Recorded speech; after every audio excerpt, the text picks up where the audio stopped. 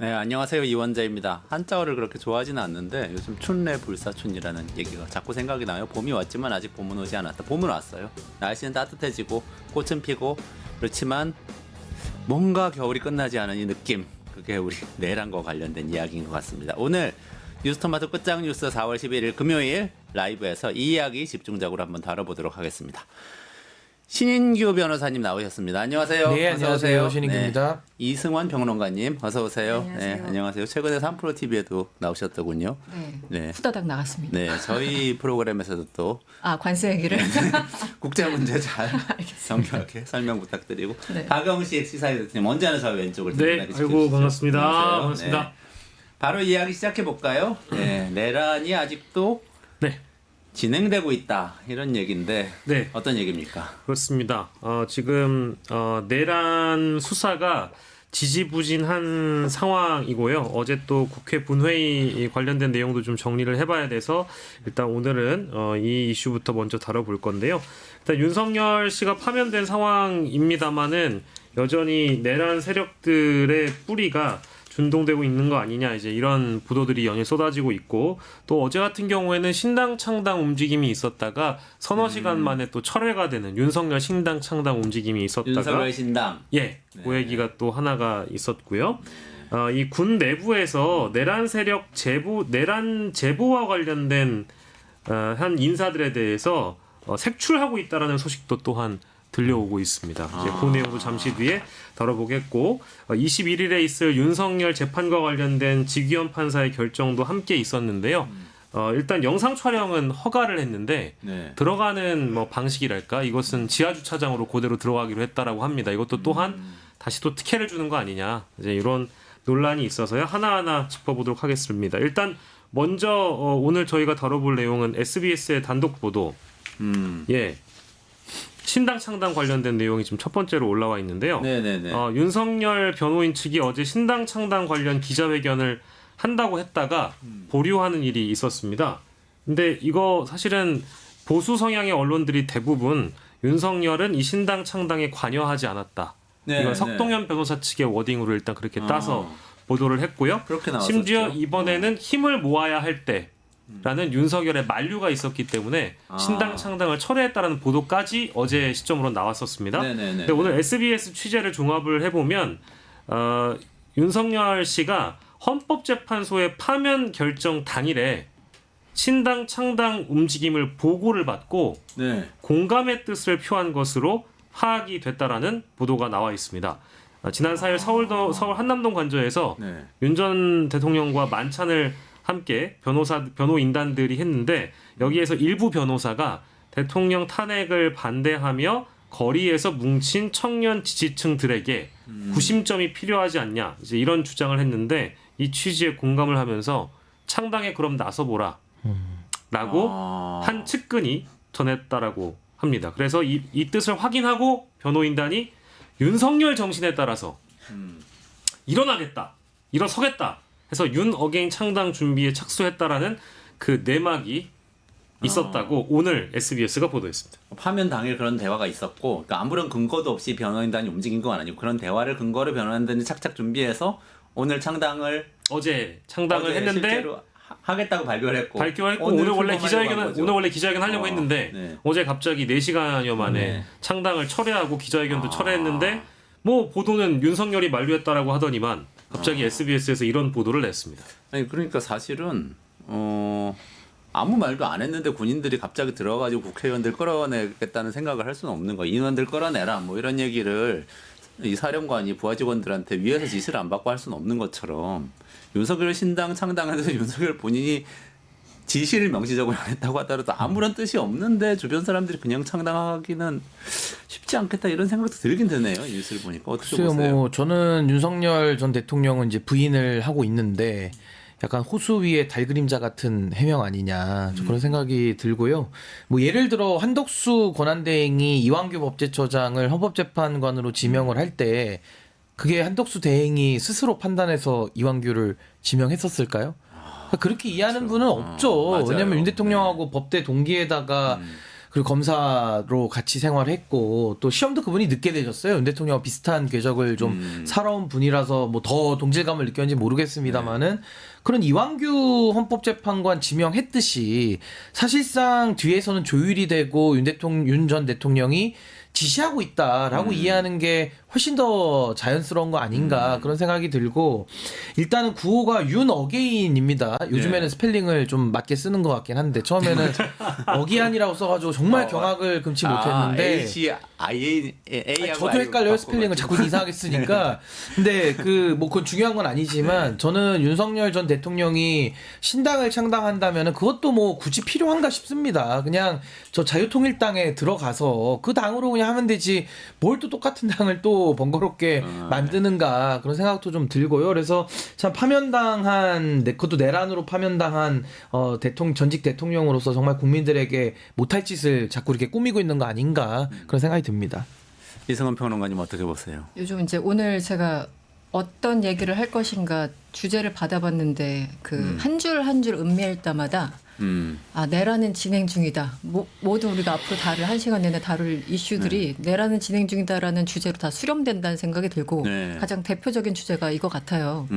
일단 윤어게인 예전에 뭐 박근혜 신당, 안철수 신당 이름 달아서 했던 당들이 어떻게 만들어지고 어떻게 소멸됐는지 갑자기 이제 저는 떠오르고 이제 그런 거죠. 일단 두 가지 측면인데 윤석열 입장에서는 솔직히 지금 못할 게 없죠. 뭐라도 해야 되는 상황이죠. 왜냐하면 최소가 무기징역이고 내란죄가 그대로 적용된다면 아니면 사형, 뭐 군 형법까지 적용된다면 총사령, 그럼 법에 나와 있는 겁니다.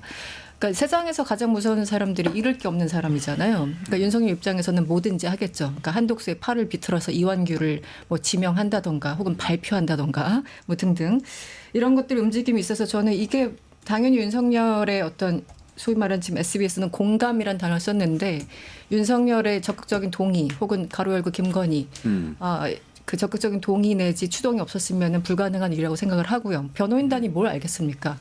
그리고 이 사람들이 진짜 황당한 게 어제 한 400~500명 기자단 그 단톡방에 초대했다는 거 아닙니까? 근데 그 비밀번호가 몇 번인 줄 아십니까? 몇 번이요? 1203이에요. 1203. 12월 3일. 네. 와. 어떻게 이게 인간으로서 할 수 있는 일이 아닌 거잖아요. 그러니까 1203이 무슨 기념일도 아니고, 네. 보도에 따르면 그 번호를 1203이라고 했다고 하죠. 그러니까 그 한 축에 있는 거고. 이게 뭐 민주당은 뭐 말할 거 없이 일반 국민들 대다수는 당연히 반대하는 거지만 당장 그 국힘 내에서도 반대하는 입장이죠. 사실은 지금 나경원, 홍준표 뭐 등등 얘기를 들어보면은 김문수 후보만 제외하고는 모두 다 이제 윤과 어느 정도 좀 거리를 두고자 하는 발언들을 슬슬 내보이기 시작했거든요. 어저께부터. 그러니까 이제 당에서도 호응받지 못하는 것이고 하지만 잃을 게 없는 윤석열 혹은 김건희는 무엇이든지 해야 되는 거. 그래서 나왔던 해프닝인데 일단은 뭐 유보한다고 발표했죠. 기자들도 반발했고 많은 사람들이 반발하니까. 그런데 이런 내란이 진행되는 이 움직임들은 어떤 방향에서든 각도에서든 분야에서든 계속 나올 거라고 생각합니다. 그래서 6월 3일 전까지 계속 긴장을 늦추지 말아야 된다는 생각을 다시 한번 해봤습니다. 네. 신인구 변호사님 그 정당 바로 세우기 운동도 하시잖아요. 예. 그래서 좀 변호사님이시기도 하고 싶어서 궁금한데 이렇게 계엄을 계기로 해서 계엄령 선포 행위 같은 이런 종류의 행위를 옹호하는 정당을 만든다는 것도 정치적 자유에 속하는 겁니까? 가능한 겁니까? 근데 일단은 뭐 정당을 만들 때 뭐 그분들이 그 당헌에다가 뭐 계엄을 뭐 찬양하고 이런 걸 써놓지는 않을 거기 때문에 외피적으로는 사실 정당이라는 것을 어떠한 그 사전에 설립 단계부터 막는 제도는 없으니까요. 그래서 뭐 어느 정도 그 목적이나 그 당헌만 정상적이라면은 일단 정당은 만들어질 테고요. 그것이 만약에 활동에 있어서 반민주적인 행동들이 나온다면 그때서야 이제 정당 해산의 대상이 되는 걸 텐데 참 윤석열 전 대통령이 우리 평론가님 말씀하신 대로 뭐 할 수 있는 건 다 할 걸로 저도 봅니다. 그래서 이거는 뭐 합리와 이성, 상식을 벗어난 행동들을 지금까지도 해왔기 때문에 저는 오히려 지금 같은 상황에서 당을 만드는 게 너무 말이 안 되는데 또 그들의 입장에서 보면은 또 하고도 남을 것 같다라는 생각이 들어서 저는 차제에 그냥 할 수 있는 거 다 했으면 좋겠어요. 그냥 당도 만들고 뭐 김건희 씨가 출마를 하든 뭐 아니면 그 당에서 뭐 할 수 있는 일들을 다 해서 전 오히려 차라리 이번에 그 대선을 통해서 심판을 더 명확하게 받는 게 낫겠다. 괜히 어줍지 않게 분칠하고 또 세탁기 돌려가지고 괜찮은 척하고 뭐 반성하는 척하고 이런 식으로 갈 게 아니라 할 걸 다 해가지고 저는 오히려 국민들에게 처절한 전 심판의 몽둥이를 더 맞아야 되는 거 아닌가 저 그런 생각도 좀 듭니다. 그러니까 좋아서 찬성하는 게 아니고요. 더 강력한 심판을 위해서 네. 뭐 하는 것도 말리진 않겠다 뭐 그런 입장입니다. 그러니까 윤석열이 청년을 좋아한대요. 그러니까 이제 실제로 어제 중앙일보 보도를 보면 네. 대통령실 관계자가 여론조사 언급을 하면서 지지율이 40은 나와야 된다. 네. 계속 이제 이렇게 조언을 하니까 고언을 하니까 네. 나는 그런 여론 신경 안 쓴다라고 얘기를 하면서 다 방법이 있다. 여론을 살피는 법이 있다라고 얘기를 해서 그 관계자가 굉장히 머쓱해졌다라는 거예요. 그래서 알고 보니까 윤석열이 나중에 그 보는 유튜버들 얘기를 들어보니까 다 젊은 이른바 우파 뭐 저 같은 이제 상식적인 사람이 보기에는 젊은 극우 유튜버들을 칭송하고 좋아하고 했다라는 겁니다. 그래서 생각해 보시면 4월 4일에 관절을 나올 때도 자유대학 소속 청년들 대통령실이 동원을 하잖아요. 네네네. 네, 그것도 있고 그리고 어제 신당 창당 관련된 언급들을 보면 김계리 변호사나 배모 변호사도 다 상대적으로 변호인단에서 가장 젊은 변호사들이 네. 일단 뛰어나왔고 네. 공개적인 활동을 하려고 일단 뛰어나왔고 뭐 오늘 같은 경우에도 뭐 SBS 보도에 나온 내용을 토대로 보자면 청년들 대통령 탄핵을 반대하며 거리에서 뭉친 청년 지지층에게 구심점이 필요하다라고 이제 계속 뻔뿌질을 하는 거 아니겠습니까? 그러니까 이제 윤석열이 청년을 좋아한다는 걸 아는 사람들이 윤석열로 장사를 해먹어야 되는 극우 인사들이 윤석열의 유니버스와 이 가상 세계를 존치시키고 계속 부추기고 제도권 정치에 윤석열의 흔적을 남기고 제도권 언론에도 이름을 자꾸 새기려고 하면서 장사를 하려고 하는 것 같아요. 그래서 윤석열을 하나의 어떤 좀비로 만들어서 우리 정치에 어떤 영향을 끼치려고 하는 거 아니겠느냐. 하지만 뭐 이제 신인규 변호사님 말씀처럼 해볼 테면 해봐라 이런 분들도 계시지만 저는 이제 이런 움직임 자체가 바람직하진 않다. 네.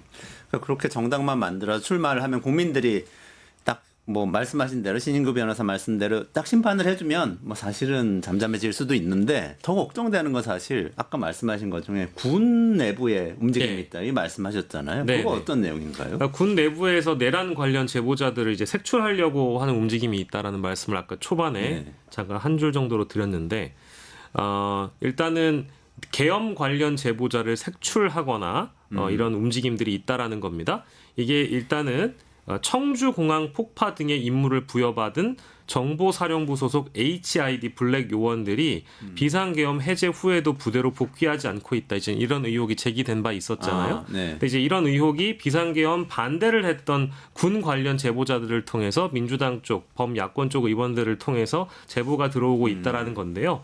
군에서 이제 이런 뭐랄까 계엄 관련 제보자들을 색출하려고 한다는 의혹인데 이 의혹은 이광희 더불어민주당 의원이 최근 이런 제보자와 연락이 닿은 사실을 공개하면서 제보자가 군 내에서 명령을 내려도 실행이 안 되니까 다른 실행을 할 수 있는 조직을 찾고 있고 제보자를 색출하고 있다. 이제 이런 말을 했다라고 밝힌 것이거든요.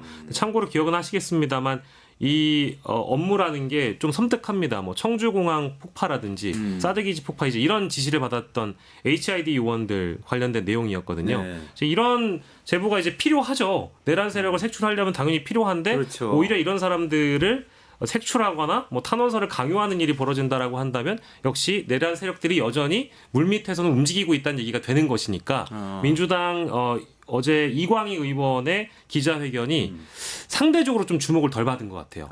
이제 뭐 민주진보 진영 이쪽에서는 화제가 됐는데 레거시 언론에서는 많이 다루지 못한 것 같아서 일단 갖고 왔습니다. 그러니까 정당을 만들어서 출마를 하고 이러면 오히려 공개적인 데서 토론하면서 진압할 수가 있는데 군 내부에서 사실 무슨 얘기하고 있는지 우리가 알 수가 없잖아요. 뭐 제보를 통해서만 알 수 있는데 제보자를 색출하고 있다는 건 이거는 앞으로 어떤 일이 생겨도 제보를 못하게 막겠다는 건데 또 어떤 일이 생길지 또 알 수 없다는 불안감이 생기기 시작하네요. 그러니까 어떻게 보면 입틀막에 이어서 이제 제틀막 제보를 틀어막겠다 뭐 이런 거 같은데 이게 사실 그 친위 쿠데타이기 때문에 결국에는 지금 이 합법 법적인 권한을 가장해서 결과적으로 윤석열을 옹호하고 또 내란에 동조했거나 방조한 사람들이 지금도 권한 행사를 하고 있기 때문에 이게 상당히 정리하기가 어려운 것도 사실입니다. 그래서 저는 뭐 지금 우리가 할 수 있는 일을 전 더 해야 된다는 집중을 해야 된다 보는데 뭐 이런 부분들도 어쨌든 뭐 제보를 틀어막더라도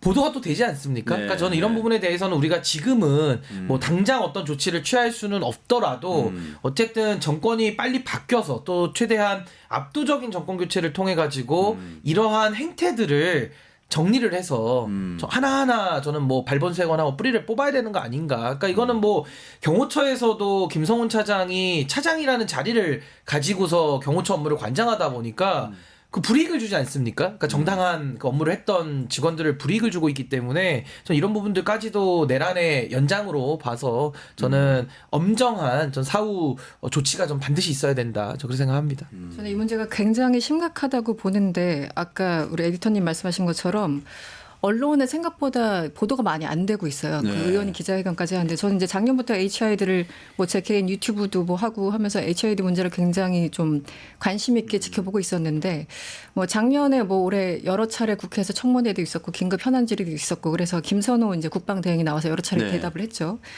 당시에 뭐 박선원 전현희 의원 그리고 뭐 부승찬 의원 등등이 기회 될 때마다 이 HID 문제를 그러니까 정확히 얘기하면 HID는 이제 북파 공작 요원이고 네. 어떻게 보면은 군에서 관리가 되는 사람이라면 가장 좀 정말 개개인이 움직이는 사람들 이제 소위 말하는 블랙 요원이라고 하는데 그분들도 HID 소속인 건가요? 그 출신들이라고 아니면 하더라고요. 출신의 블랙 오비들인가요, 조금 그러면? 네, 오비인 경우가 많다고 하더라고요. 그러니까 말 그대로 블랙이기 때문에 이게 지금 현역인지 아니면 그 출신 오비들인지 그거조차도 확실하지는 않은데 일단 이제 블랙 요원들이 곳곳에서 그 스탠딩 오더를 받고 있고 계엄이 해제됐음에도 불구하고 계속 그 어떤 명령에 떨어지면 그걸 거두어 들여야지 이분들이 자기 어떤 본업으로 돌아갈 거 아니겠습니까? 그 사회생활 하시는 분들이 있으니까. 네. 군인이 아니라. 그래서 이런 것들 이렇게 쭉 얘기를 하다 보면 김선호 당시 국방대행은 12월 24일 날 제가 체크해 보니까 뭐 HID든 뭐 이런 요원들은 다 무기를 반납하고 지금 복귀했다라고 국회에서 발표를 합니다. 네. 그런데 실제 나중에 제보 이광희 의원들의 그 제보자 그 전화 내용들 보면은 그 발언이 끝나고 다음 날인 12월 25일 그러니까 크리스마스였죠. 네. 그날 새벽 4시 15분경에 무기를 반납한 것으로 보도가 됩니다. 아. 그 얘기는 김선호 대행이 모르는 또 다른 것들이 움직이고 있다라는 거죠. 아. 그러니까 이 사람들은 지금 뭐 그 개통해서 관리가 되는 분들이 아니라 그 김건희가 계속 뭐 전화하곤 했다는 그 오비들일 가능성이 굉장히 높다는 것이고 그래서 김병주 의원이 그래서 더 위험하다고 하는 겁니다. 이분들은 그 소위 말하는 군에서 어떻게 통제가 안 되는 사람들이기 때문에. 그런데 이광희 의원한테 처음에 이분이 이제 지역구가 이 충청도 쪽이잖아요. 그래서 이제 제보가 왔는데 어제 긴급 그 기자회견을 다시 한 이유도 이분들이 여전히 고통스러워하고 심지어 그 제보를 했다라는 이유만으로 지금 색출당하고 그리고 본인들의 애초에 그 명령을 내린 그것을 시행할 다른 사람을 찾고 있다는 겁니다. 이게 후자가 지금 더 위험한 거죠. 제보자 색출도 위험하지만 네. 자기네들 임무를 그 임무라는 게 뭐겠습니까? 윤석열한테 이롭게 하는 무엇인가 하겠죠. 그렇죠. 근데 최근에 이제 뭐 러시아제 무기 뭐 해서 뭐 이재명 대표에 대한 뭐 암살 뭐 의혹 등등이 나왔잖아요. 이 모든 것들 연결시켜 보면 이게 여전히 끝나지 않았다라는 생각이 들어서 좀 언론에서 그 좀 관심을 가져야 된다는 생각을 하고 그리고 이게 처음에 김병주 의원 같은 경우는 너무 이제 허언 같아서 혹은 음모론 같아서 얘기를 하지 않았었는데 나중에 노상원 수첩과 맞춰보니까 이게 그냥 허언이 아닐 거라. 그러니까 제보 들어온 것이 굉장히 퍼즐이 맞춰진다는 얘기를 했었거든요. 그래서 모든 의원들이 처음에 제보 받았을 때 굉장히 말 조심을 하다가 하나하나 맞춰지니까 이제 계속 언론 통해서 경고하고 제보하고 여론을 환기시키고 이런 활동들을 했었거든요. 그렇기 때문에 어제 여론 그 기자회견 내용을 다시 한번 좀 새겨야 되지 않을까라는 생각이 듭니다. 네. 그 블랙 요원들이 어디에서 뭐 하고 있는지는 지금 알려지지 않은 그런데 건가요?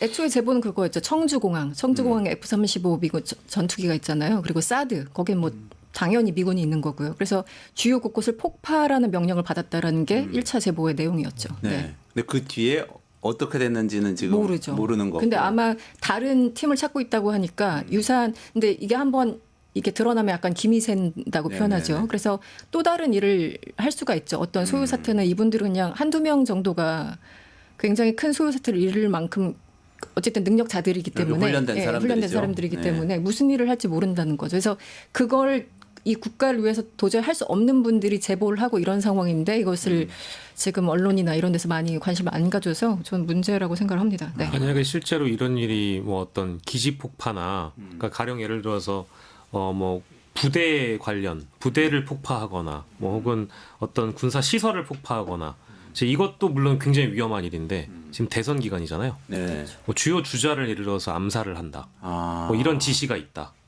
이거 굉장히 위험한 거죠. 이제 거기까지도 내다봐야 되기 때문에 이게 어떤 정치적 혼돈을 갖고 올지 모르는 변수가 될 수 있어서 이제 그런 것들을 많이 주시를 해야 되는데 이게 주목을 많이 못 받았던 것도 사실이고요. 사실 조금 더 위험하게 느껴지는 게 기존에 있었던 그러니까 윤석열을 무조건 충성을 다하는 사람들에 대한 보도는 지금 계속해서 누적이 되어가고 있는 단계인데 오늘 사실은 오후 2시에 또 이제 이런 한국일보 보도가 하나 있었어요. 이완규 법제처장이 국방대 강의를 하러 갔대요. 지난해 국방대 특강을 했는데 정확히 이런 표현을 썼습니다. 공무원들은 정권에 무조건 복종해야 된다. 이런 강의를 국방대 강의에서 했고 강의 내내 이제 공무원들은 정부가 시키는 대로만 해야 된다라는 말만 쏟아냈다라는 겁니다. 그리고 뭐 워낙에 유명한 사람이지만 과거 국가공무원 인재개발원장 김채현이라는 사람도 네네네. 국방대에서 이제 특강할 때 야당에 투표한 세종시 공무원들을 향해서 이제 비하 발언을 했다. 공무원들은 무조건 그냥 정부에 복종해야 된다라는 식의 이런 어떤 논리만 매년 설파를 해왔다라는 그런 증언이 나온 거고요. 그리고 저희가 이제 군 인사 관련해서도 이제 함께 얘기를 다뤄봐야 되는데 원래는 이제 매년 4월쯤에 군 장성 인사를 한다라는 네네네네. 거예요. 근데 지금 군 내부에서는 이제 이 인사를 기다리고 있는 사람들이 있을 것이고 다만 지금 대통령이 조금 있으면 국군 통수권자가 이제 몇 달 있으면 뽑히잖아요. 그렇죠. 뭐 한 40일 이후면 뽑히게 되는데 만약에 이제 국방부에서 이 인사를 뭐 알박기식으로 해버리면 어떻게 할 것이냐 이제 이런 논란이 있었는데 4월 14일에 있었던 대정부 질의를 보면 될 것 같습니다. 김병주 의원이 전반기 군 장성 인사에 대해서 질문을 국방부 장관 직무대행에게 하는데 시기적으로 4, 5월에 했고 정상적으로 진행하면 해야 되는데 지금 총장들과 관련 의견을 모으고 있다라는 답변을 직무대행으로부터 들어요. 근데 이제 김병주 의원은 이건 지금 하면 안 되는 거 아니냐. 이미 군에 대한 신뢰가 바닥에 떨어져 있는 상황이고 6월 3일 이후에 해야 된다라고 반박을 했고 직무대행은 여전히 인사 추진의 의지가 있다라는 겁니다. 본인의 지금 아까 말씀드린 대로 뭐 꼭 정치적 이벤트를 신경 쓰지 않고도 얼마든지 할 수 있다라는 식의 의견 개진이었거든요. 네. 이거에 대해서 김병주 의원이 지금 하면 안 된다라고 못을 박는 장면이 4일 전에 있었습니다. 사실은 지금 뭐 그 국방장관 직무대행도 그렇지만 특히 육참 총장이 사실은 이번 내란에 주요 임무 종사자로 기소가 된 상태잖아요. 그러니까 원래는 육군의 장성들은 육참 총장이 그동안 쭉 인사를 해오고 거기에 따라서 평가를 하고 본인이 이제 중요하게 생각하는 사람들한테 좋은 평가를 준 상태일 텐데 고과에 따라서 그냥 기계적으로 인사를 한다고 해도 기존의 세력이 다 승진을 하게 되는 거 아닐까 이런 생각이 확 드네요. 그렇죠. 왜냐하면 아직까지 뭐 내란 수사가 정식으로 진행된 바도 없기 때문에 군 내에 어떤 내란 잔재가 있을지도 모르는 거잖아요. 근데 내란 수사 진행되는 과정에서 육군 참모총장, 뭐 수방사령관 이런 사람들이 당연히 다 굉장히 중형을 구형받고 여러 가지 사회적 논란이 일어날 텐데 그때 군이 어떨지 그 주요 간부들이 동의하지 않을지 이런 거 걱정 좀 해봐야 되는 거 아닌가요? 근데 이제 이 직무대행은 군 인사라는 게 어떻게 정치 일정에 맞춰서 할 수 있겠냐? 이거는 좀 모호한 답변이죠. 시기를 놓치면 뭐 인사 관리에 심대한 뭐 문제가 생긴다. 이제 이 얘기가 왜 나오는 거냐면 그러니까 4월에 안 해서 좀 늦춰졌다가 그 공백 사이에 이제 군 내에서 소소한 그러니까 문제가 이제 심각한 문제들이 터진 적이 있어요. 크고 작은 문제들이. 대표적인 큰 문제들은 뭐 가령 예를 들어서 훈련 중에 뭐 이제 포탄이 떨어지거나 사고가 나면 이제 그걸 책임을 묻는 것도 애매해진다. 뭐 이제 이런 식의 논리거든요. 근데 그래서 정기 인사를 해야 된다라는 건데 지금 이제 내란 발발 이후에 군 인사는 사실 이건 뭐 어떤 식으로든 설득이 되지 않죠. 두 분 어떻게 보세요? 근데 저는 이제 지금 가장 문제가 심각한 게 그 내란 알박기 인사거든요. 네. 그러니까 이게 보통 정권 교체를 앞두고도 사실은 이 정권마다도 교체기에 알박기 인사를 해서 상당히 좀 무리를 일으키기도 하는데 지금은 그 정도의 무리가 아니라 아예 내란 행위를 한 사람들이 오히려 내란에 가담했다라고 보여지는 자들을 입막음용으로 지금 이렇게 승진시켜가지고 주요 자리에다가 지금 알박기를 하고 있는 거거든요. 그럼 우리가 한번 좀 고민을 해볼 지점이 과연 그 인사가 유효한 거냐? 전 이 부분을 좀 한번 고민을 해봐야 된다고 봅니다. 네. 우리가 당연히 법치주의를 따라서 그냥 무효로 할 수는 없고요. 저는 5.18 특별법의 선례에 따라 전 12.3 내란 특별법을 제정을 좀 해야 된다. 네, 네. 그렇게 해서 무한정 늘리는 게 아니고요. 내란의 준비 행위, 또 내란 행위, 또 내란 그 이후에 가담한 걸로 여겨지는 자들에 대해서 뭐 최소한의 기준은 있어야겠죠. 뭐 검찰의 기소라든지 어느 정도의 내란 행위가 규명이 되면 저는 그 자들이 했던 인사는 저는 원천 무효로 돌리는 특별법을 좀 만들어야 된다. 그렇게 해서 새 정부가 들어오면 내란에 대해서 수사를 기다리고 재판을 기다리면은 이거 3년 4년 걸려요. 네. 그 사이에 그렇죠. 그 사람들이 더 나쁜지 더 합니다. 그러니까 그렇죠. 저는 이 내란 특별법을 통해서 뭐 증거 인멸에 관한 부분이라든지 아니면 내란 알박기 인사라든지 뭐 이런 부분에 대해서는 조금 더 이 내란을 진압하기 위한 좀 비상적인 좀 수단과 방법들이 좀 필요하지 않는가. 그럼 여기에 대해서 뭐 위헌 여부를 걱정하시는 분들이 계시겠지만은 헌법재판소가 5.18 특별법도 다 합헌으로 처리했습니다. 왜냐하면 내란이라는 게 워낙 심각하기 때문에 네네네. 검찰이 얘기했던 성공한 쿠데타는 처벌하지 못한다라는 그 논리를 완전히 그냥 박살을 낸 거거든요. 그래서 저는 이번에도 내란 행위이기 때문에 내란과 관련된 특별법을 통해서 이 친위 쿠데타를 직접적으로 정리하는 하나의 좀 과정이 좀 있어야 되지 않는가. 저 그런 생각이 듭니다. 그 알박기 인사는 대표적으로 시도했다가 실패한 게 이제 한덕수죠. 헌법재판관. 아, 이완규. 네. 실패했고 그런데 앞서서 가장 성공한 케이스가 서울 경찰청장이죠. 제가 예전에 네. 박현수. 박현수. 네. 네. 3년 동안 3계급 초고속 승진을 한 자고 네. 용산 대통령실 그것도 이명박 박근혜 그 보수 정권 그때마다 청와대나 혹은 용산 대통령실에 가가지고 계급장을 하나씩 올려가지고 다는 그 신묘한 기술을 보여준. 그리고 얼마 전까지만 해도 행안부 검찰국장으로 있다가 이제 이번에 치안정감으로 승진해서 서울 경찰청장 직무대리로 임명됐잖아요. 네, 그래서 네, 실제 네. 지금 활동을 하고 있습니다.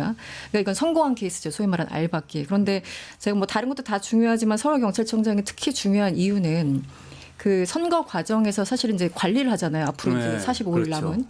그럴 때 경찰이 굉장히 중요한 역할을 하지 않습니까? 뭐 지금 뭐 양당 워낙 지금 민감한 시기에 선거를 하는 거기 때문에 관리를 할 때 이 경찰에서 어떻게 대응하느냐에 따라서 굉장히 또 판이 달라질 수도 있는 거죠. 그래서 굉장히 좀 위험한 인사라고 생각을 했고 그래서 이제 윤건영 의원 등등이 굉장히 여기서 문제 제기를 했는데 일단 직무대리로 임명했고요. 근데 저건 이 부분 어떻게 되돌릴 수는 없겠지만 이런 참사가 계속 좀 일어나고 있는데 예를 들면 12월 4일 날 어쨌든 계엄 다음 날 12월 4일부터 지난 4월 11일까지에 이게 한국일본과 경향에서 조사를 했는데 공공기관 임원 모집 공고가 모두 101건이 있습니다. 그러니까 지금 진행 중인 게 101건이에요. 지난 임원이요? 임원? 공공기관 임원 모집 네. 공고가 101건. 이 안에는 헌법기관, 권력기구, 공영방송, 우리 EBS 신동호 씨. EBS가 그 중에 하나군요. 그렇죠. 네. 그 고위직은 뭐 물론이고요. 소위 말하는 공공기관 굉장히 많잖아요. 우리 교육부 밑에 고용부 밑에 뭐 이렇게 공공기관 굉장히 많지 않습니까? 그래서 거기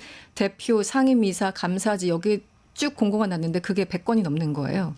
그리고 공공기관 뭐 이사장이나 대표하면은 최소 2, 3년 정도 유지가 됩니다.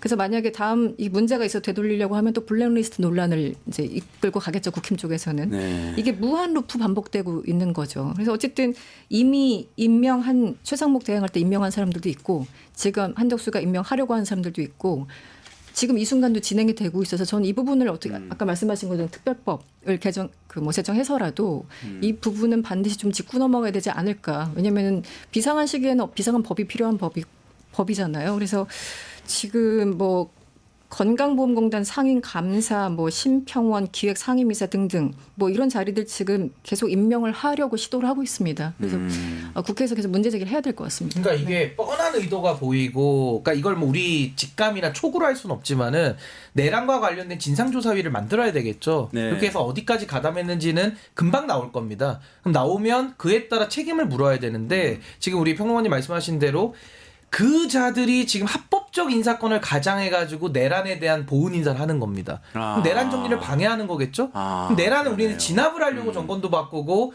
진압을 또 해야 되지 않겠습니까? 네. 그러려면 이제 법적 근거가 필요하니까 제가 아까 말씀드린 대로 5.18 특별법을 그대로 벤치마킹을 해서 12.3 내란 특별법을 만들어야 되는데 네. 거기서 그때 당시에 항상 그 화두는 그 공소시효 문제였습니다. 시효라는 거를 뛰어넘기 위해서 특별법이 필요했고 네. 그 YS 대통령이 결단을 한 거거든요. 네. 물론 합헌 나왔습니다. 네. 그러니까 전 이번에는 뭐 시효 문제는 아니고요. 이게 뭐 오래된 내란이 아니지 않습니까? 네. 그럼 지금의 문제는 뭐냐? 이 화두는 내란 알박기 같이 네. 친위 쿠데타가 일으킨 내란 방해. 전 요 부분을 정리를 해야 된다. 그러려면 네, 우리가 네, 법적 네. 근거가 필요하니까 저는 12.3 내란 특검과 더불어서 내란 특별법을 반드시 만들어가지고 전 이 알박기 인사 저는 또 특히나 뭐 모든 범위의 인사를 다 물어돌리는 게 혼란이 있다면은 권력기관이라든지 주요 기관들이 있을 겁니다. 네, 네, 그런 네. 부분들을 전 선별해서라도 저는 이 내란 인사에 대해서는 원천 무효로 하는 저는 그 조치가 반드시 좀 필요하고 여기에 대해서는 자신 있으면 한번 그 헌법소원이나 위헌법률 심판을 제청해봤으면 좋겠어요. 아마 헌재가 이거는 100% 저는 합헌 결정을 내릴 걸로 보기 때문에 네, 전 네. 반드시 이런 비상한 조치가 좀 필요하겠다라는 생각이 듭니다. 그거 꼭 필요하겠네요. 그러니까 지금 말씀하신 거 들어보면은 아까 내란에 대한 보은, 내란 행위에 대한 보은이라는 말씀이 입을 귀에 딱 막기 위한 꽂히는데요. 인사죠. 네, 네. 좀 그러네요. 이런 얘기는 상식적으로 이제 좀 그만해야 되는데 워낙에 뭐 헌법재판관 임명 때부터 권한대행이 이거를 임명할 자격이 있냐 자격 논란이 있었잖아요. 네. 상식적으로 보면 이 아까 우리 얘기했던 군 인사도 지금 대통령 권한대행이고 국방부 장관 지금 장관 대행이고요. 차관이 장관 대행하고 있고 육참총장은 또 지금 직무대리란 말이에요. 네. 근데 군 인사를 하려면 각 총장 쪽에서 인사 추천을 해서 국방부 장관이 제청을 한 다음에 대통령이 이제 결재해 주거든요. 그 3단계입니다.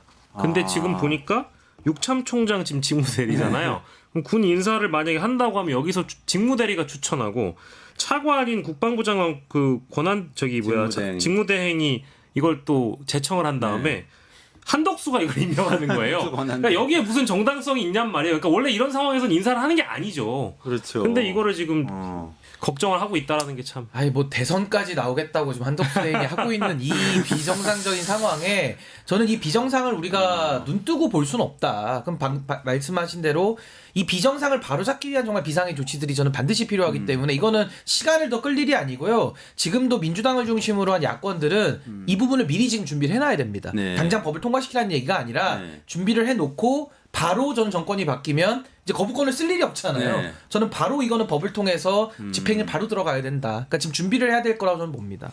그러네요. 아니 근데 이게 지금 말씀 듣고 보면은 군도 그렇고 공공기관 경찰도 아니면도 그렇고 경찰도 그렇고 검찰은 말할 것도 없고. 근데 검찰이 지금 지난번에 유혁 그 전 법무부 감찰관 나오셔가지고 그 박성재 장관이 법무부 장관이 지금 탄핵 기각돼가지고 돌아갔잖아요. 그럼 검찰 인사할 가능성이 굉장히 높다 이렇게 얘기를 하셨어요. 그것도 가능성이 있는 아니, 건가요? 근데 지금 검찰 인사뿐만 아니라 법무부는 지금 그 출입국 본부장 네네. 그분은 이제 검사는 아니고 이제 그 일반직 중에서도 합니다만은 그 간부들에 대해 가지고 지금 보복 조치를 하고 있다라는 거거든요. 그러니까 내란 알박기 인사로 가담한 자들을 승진시켜서 입을 틀어막는 것도 문제고 또 진실을 밝히기 위해서 노력한 사람한테 불이익을 주는 것도 문제거든요. 그러니까 이 두 가지를 다 정리를 해야 되기 때문에 뭐 불이익을 준 거에 대해서는 직권남용이기 때문에 박성재 장관은 처벌하면 될 일이고 저희 아까 우리가 문제 삼은 것처럼 입을 틀어막기 위해서 당근을 주는 자리를 식으로 줄 때. 승진시켜주면서 또 그 사람이 가가지고 합법적 권한을 가장해서 네. 또 내란 진압을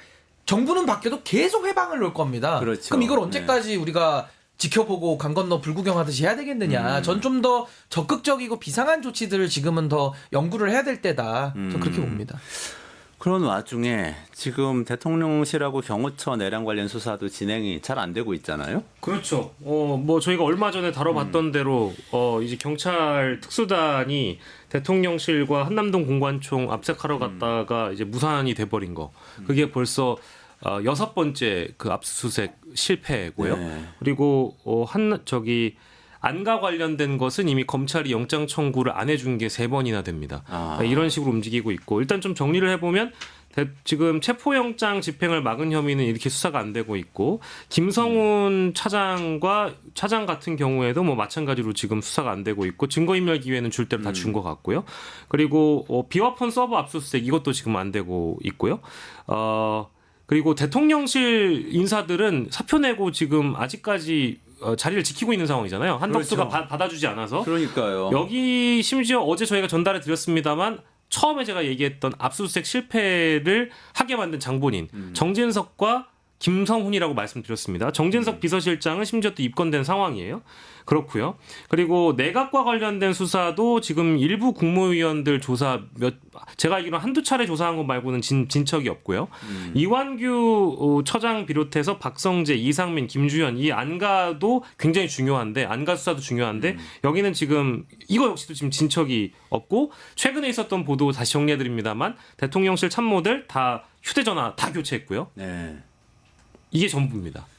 한 게 하나도 없어요. 네. 계속 증거인멸은 하고 있는데 수사는 진행되지 않고 그렇습니다. 그런 상황이 이어지는 거 아니에요? 근데 이건 뭐 어찌 보면 또 당연한 거죠. 검찰 출신의 검찰총장 출신의 대통령이 친위 쿠데타를 일으켰기 때문에 결국 이 쿠데타를 바로잡는 유일한 방법. 뭐 전두환 노태우도 당시에 검찰이 기소했지 뭐 어디 뭐 하늘에서 누가 떨어져서 기소한 게 아니잖아요. 그러니까 결국에는 같은 집단에서 나온 친위 쿠데타기 때문에 이게 좀 정리가 안 되는 이건 어떻게 보면 좀 당연한 현상이에요. 그렇기 때문에 이걸 바로 잡아야 되는 거고 전 정권이 바뀌게 되면 새 정부에 대해서 아마 또 보수 언론이나 또 내란 동조 세력들은 보복 프레임을 갖다 씌울 겁니다. 근데 보복 프레임에 대해서는 당당히 맞서야 되는 것이 그러면 반대로 물어봐야죠. 그럼 내란에 대해서 내란 행위에 대한 책임을 묻지 않는 것이 그럼 정의냐? 네. 이걸 물어봐야 되는 겁니다. 그러니까 지금은 보복이 아니라 행한 대로 책임을 묻는 시간인 거거든요. 근데 지금까지는 책임을 물어야 되는데 즉시 물어야 되는데 물을 수가 없었죠. 그러니까 비아폰 서버 삭제하고 겁대가리도 없이 다 없애버리고 또 기록 같은 거를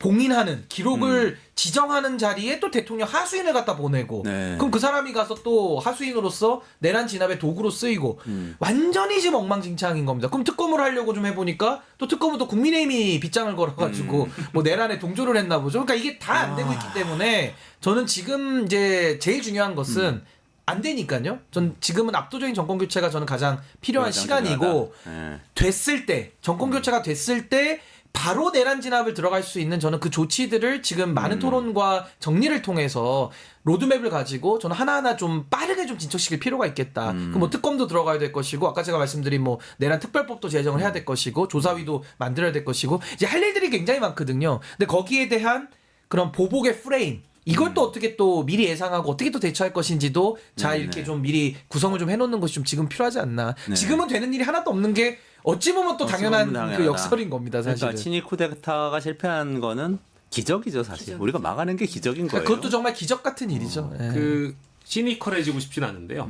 어제 본회의가 있었고 법안들이 또 네. 폐기가 된 게 있지 않습니까? 네.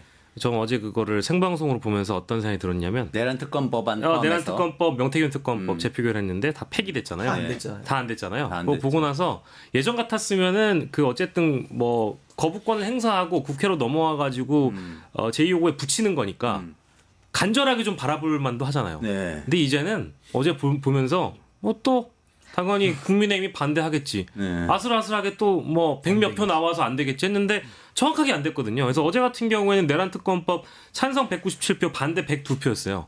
국민의힘에서 조금 움직였다고 하더라도 6명 정도 뭐 이탈했다? 이 정도에 대해서 희망을 거는 것도 이제 지겨워가지고요. 그냥 정권 바뀌면 아까 내란 특별법, 뭐 내란 조사 특별위원회 이런 거 해가지고 정말 진짜 이거는 내란의 가담자들은 진짜 뿌리부터 아무튼 뭐 열매까지 전부 다 털어버려야 된다는 생각이 들어서 조금 제가 회의적으로 말씀드리고 싶진 않은데 그냥 이거 싹 정리해 온 김에 말씀드리면 최혜병 특검법 3회 통과 3회 거부 폐기됐고요. 김건희 특검법 4회 통과 이제 국회 통과를 말씀드리는 겁니다. 4회 거부 뭐 상설까지 포함해가지고 폐기됐죠. 내란 특검법 2회 통과 2회 거부 상설 포함해가지고 어제 폐기됐죠. 명태균 특검법 1회 통과 1회 거부 어제 197표 반대 94표 무효 4표로 폐기됐죠. 하나 통과된 거 있습니다. 어떤 건지 궁금하실 뭐죠? 텐데 인천 세관 마약 수사 외압 상설 특검법 통과됐는데 임명 안 했죠. 아, 임명을 고단대행들이 임명 안 임명 안 했잖아요. 하면 또 못하죠, 그건. 하나도 안 됐습니다. 네, 저는 이거 제가 이렇게 정리하고 쓰면서 아, 우리 이게 그동안 이럴 계속 수 있는 방송했던 건가? 아이템인데. 야 이게 이럴 수 있는 건가라는 생각이 드는 거예요. 아니, 근데 이게 약간 보면은요. 배구하는 것 같아요. 배구할 때 보면 리시브를 하고 네. 세터가 올려주면은 스파이크를 때려가지고 아, 그렇죠. 이 3단으로 이루어지잖아요. 네. 지금 똑같지 않습니까? 내란을 일으키고 거기에 대해서 진압하려고 법을 만들면 한덕수가 거부를 해주고 거부해주면 국민의힘이 스파이크를 때려가지고 무산을 시켜서 모든 걸 지금 다 틀어막고 있지 않습니까? 그러니까 여기에 대해 가지고는 정말 정리가 하나도 된 게 없기 때문에 이제 앞으로 할 일이 되게 많은 거죠. 그러니까 이거를 갖다가 정말 체계적이고 아주 정광석화처럼 초장의 끝을 내버려야 되기 때문에 저는 그 부분에 대한 준비가 지금 이 대선과 맞물려서 좀 물밑에서는 좀 상당한 부분은 좀 준비가 좀 돼야 된다. 그런 생각이 듭니다. 전두환이 자연사했잖아요. 네, 감옥 가서 얼마 안 돼서 바로 뭐 통합이라는 이유로 풀어주고 네. 전 그때부터 굉장히 우리 그 비극의 씨앗이 그때부터 있었다고 생각을 하고 아까 말씀하신 것처럼 이게 보복이 아닙니다. 벌을 어떤 죄를 지었으면 거기에 대해서 그냥 법에 의해서 처벌을 하자는 거예요. 이게 뭐 그렇죠. 보복이나 감정적인 네네네. 것이 아니라 그리고 법에 따라서 제대로 처벌하지 않으면 윤석열 같은 괴물이 또 나옵니다. 앞으로 또 나올 거예요. 그래서 무조건 무기징역 상역 법대로 사형 법대로 하자는 거고 지금 그 이제 윤석열 아바타들 있죠. 뭐 그 걸어다니는 헌법 위반자들 한덕수 최상목 우리 많이 봤습니다. 그런 사람들이 저는 사실 곳곳에 깔려 있다는 게 너무 끔찍하고 요즘 사태를 보면은 한덕수와 최상목 같은 사람들이 이 고위 관료로 지금 한 3, 40년 그 자리에 있는 거 아니겠습니까? 네. 저런 자들이 있는데 우리나라가 지금 여기까지 GDP 12위까지 올라온 것 자체가 너무 대단하다는 생각이 오히려 들고 이번에 제대로 좀 처벌해야 되고 저는 하나 또 민주당 의원들의 좀 얘기를 듣다가 최근에 좀 화가 난 게 1월 초였는지 그 뭐 실명은 거론하지 않겠습니다. 민주당의 검찰 출신 모 의원이 검찰 수사를 한번 믿어보자라는 얘기를 했어요. 그리고 오늘 오전에 민주당 역시 판사 출신의 모 의원이 지기현 판사가 무슨 짓을 하는지 다 보고 있는데 불구하고 네네네. 한두 번 조금 더 지켜보자 이렇게 안이한 얘기를 하고 있어요. 황당하죠. 네.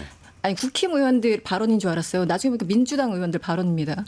지금 내란은 진행 중이고 모든 사람들이 지금 걸어다니는 헌법 위반자를 자처하고 있는 상황에서 민주당 의원들이 조금 더 각성했으면 좋겠다는 생각이 듭니다. 예, 긴장을 네. 늦추지 말고. 네. 근데 저는 이렇게 보시면 좋을 것 같아요. 그 윤석열에 대해서 지기현 부장이 구속 취소를 네. 말도 안 되는 논리로 인용을 했고 네네. 신무정이 합세를 해서 풀어줬잖아요. 네. 거기에 대한 작용의 반작용이 뭡니까? 내란 수괴가 지금도 재판받으러 갈 때 차 타고 다니면서 그렇죠. 또 지하 주차장까지 들어가서 맞아요. 또 엄호를 맞아요. 받아요. 거기에 이번에 대한 또 허용한 거죠. 그렇죠. 그러니까 뭐 네. 촬영만 네, 촬영한 촬영만 거니까요. 허용하고. 그러니까 네. 이게요 작용이 있으면 그러니까 지기현의 내란 동조 작용이 있으면 어떤 반작용이 있냐면 국민들이 아 지금은 내란이 활활활 진행 중이구나라는 반작용이 생기는 겁니다. 그럼 더 큰 심판에 불이 붙겠죠? 네. 그러니까 저는 아까 우리 박영식 앵커님께서도 쭉 정리해 주시면서 더 이상 기대가 없다라고 하셨는데 기대가 없어도 더 넣어야 됩니다.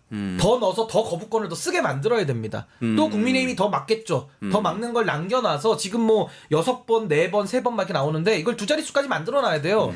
그렇게 해서 국민들이 얼마나 이자들이 철저하게 내란을 은폐하고 내란을 진압을 방해했는지를 역사에 남겨놔야 거기에 대한 저는 작용이 있으면 또 반작용이 있는 겁니다. 그럼 반작용을 가지고 로드맵을 짜서 전광석화처럼 정리를 해 나가야 되지. 그걸 안 하면 이건 너무 어렵다. 그러니까 저는 민주당의 안이함에 대해서는 전 뭐 그것도 비판 받아야죠. 근데 거기에 대해서는 어떤 개개인의 그런 안이함보다도 지금 과연 내란 진압을 위한 로드맵을 좀 짜고 있는가.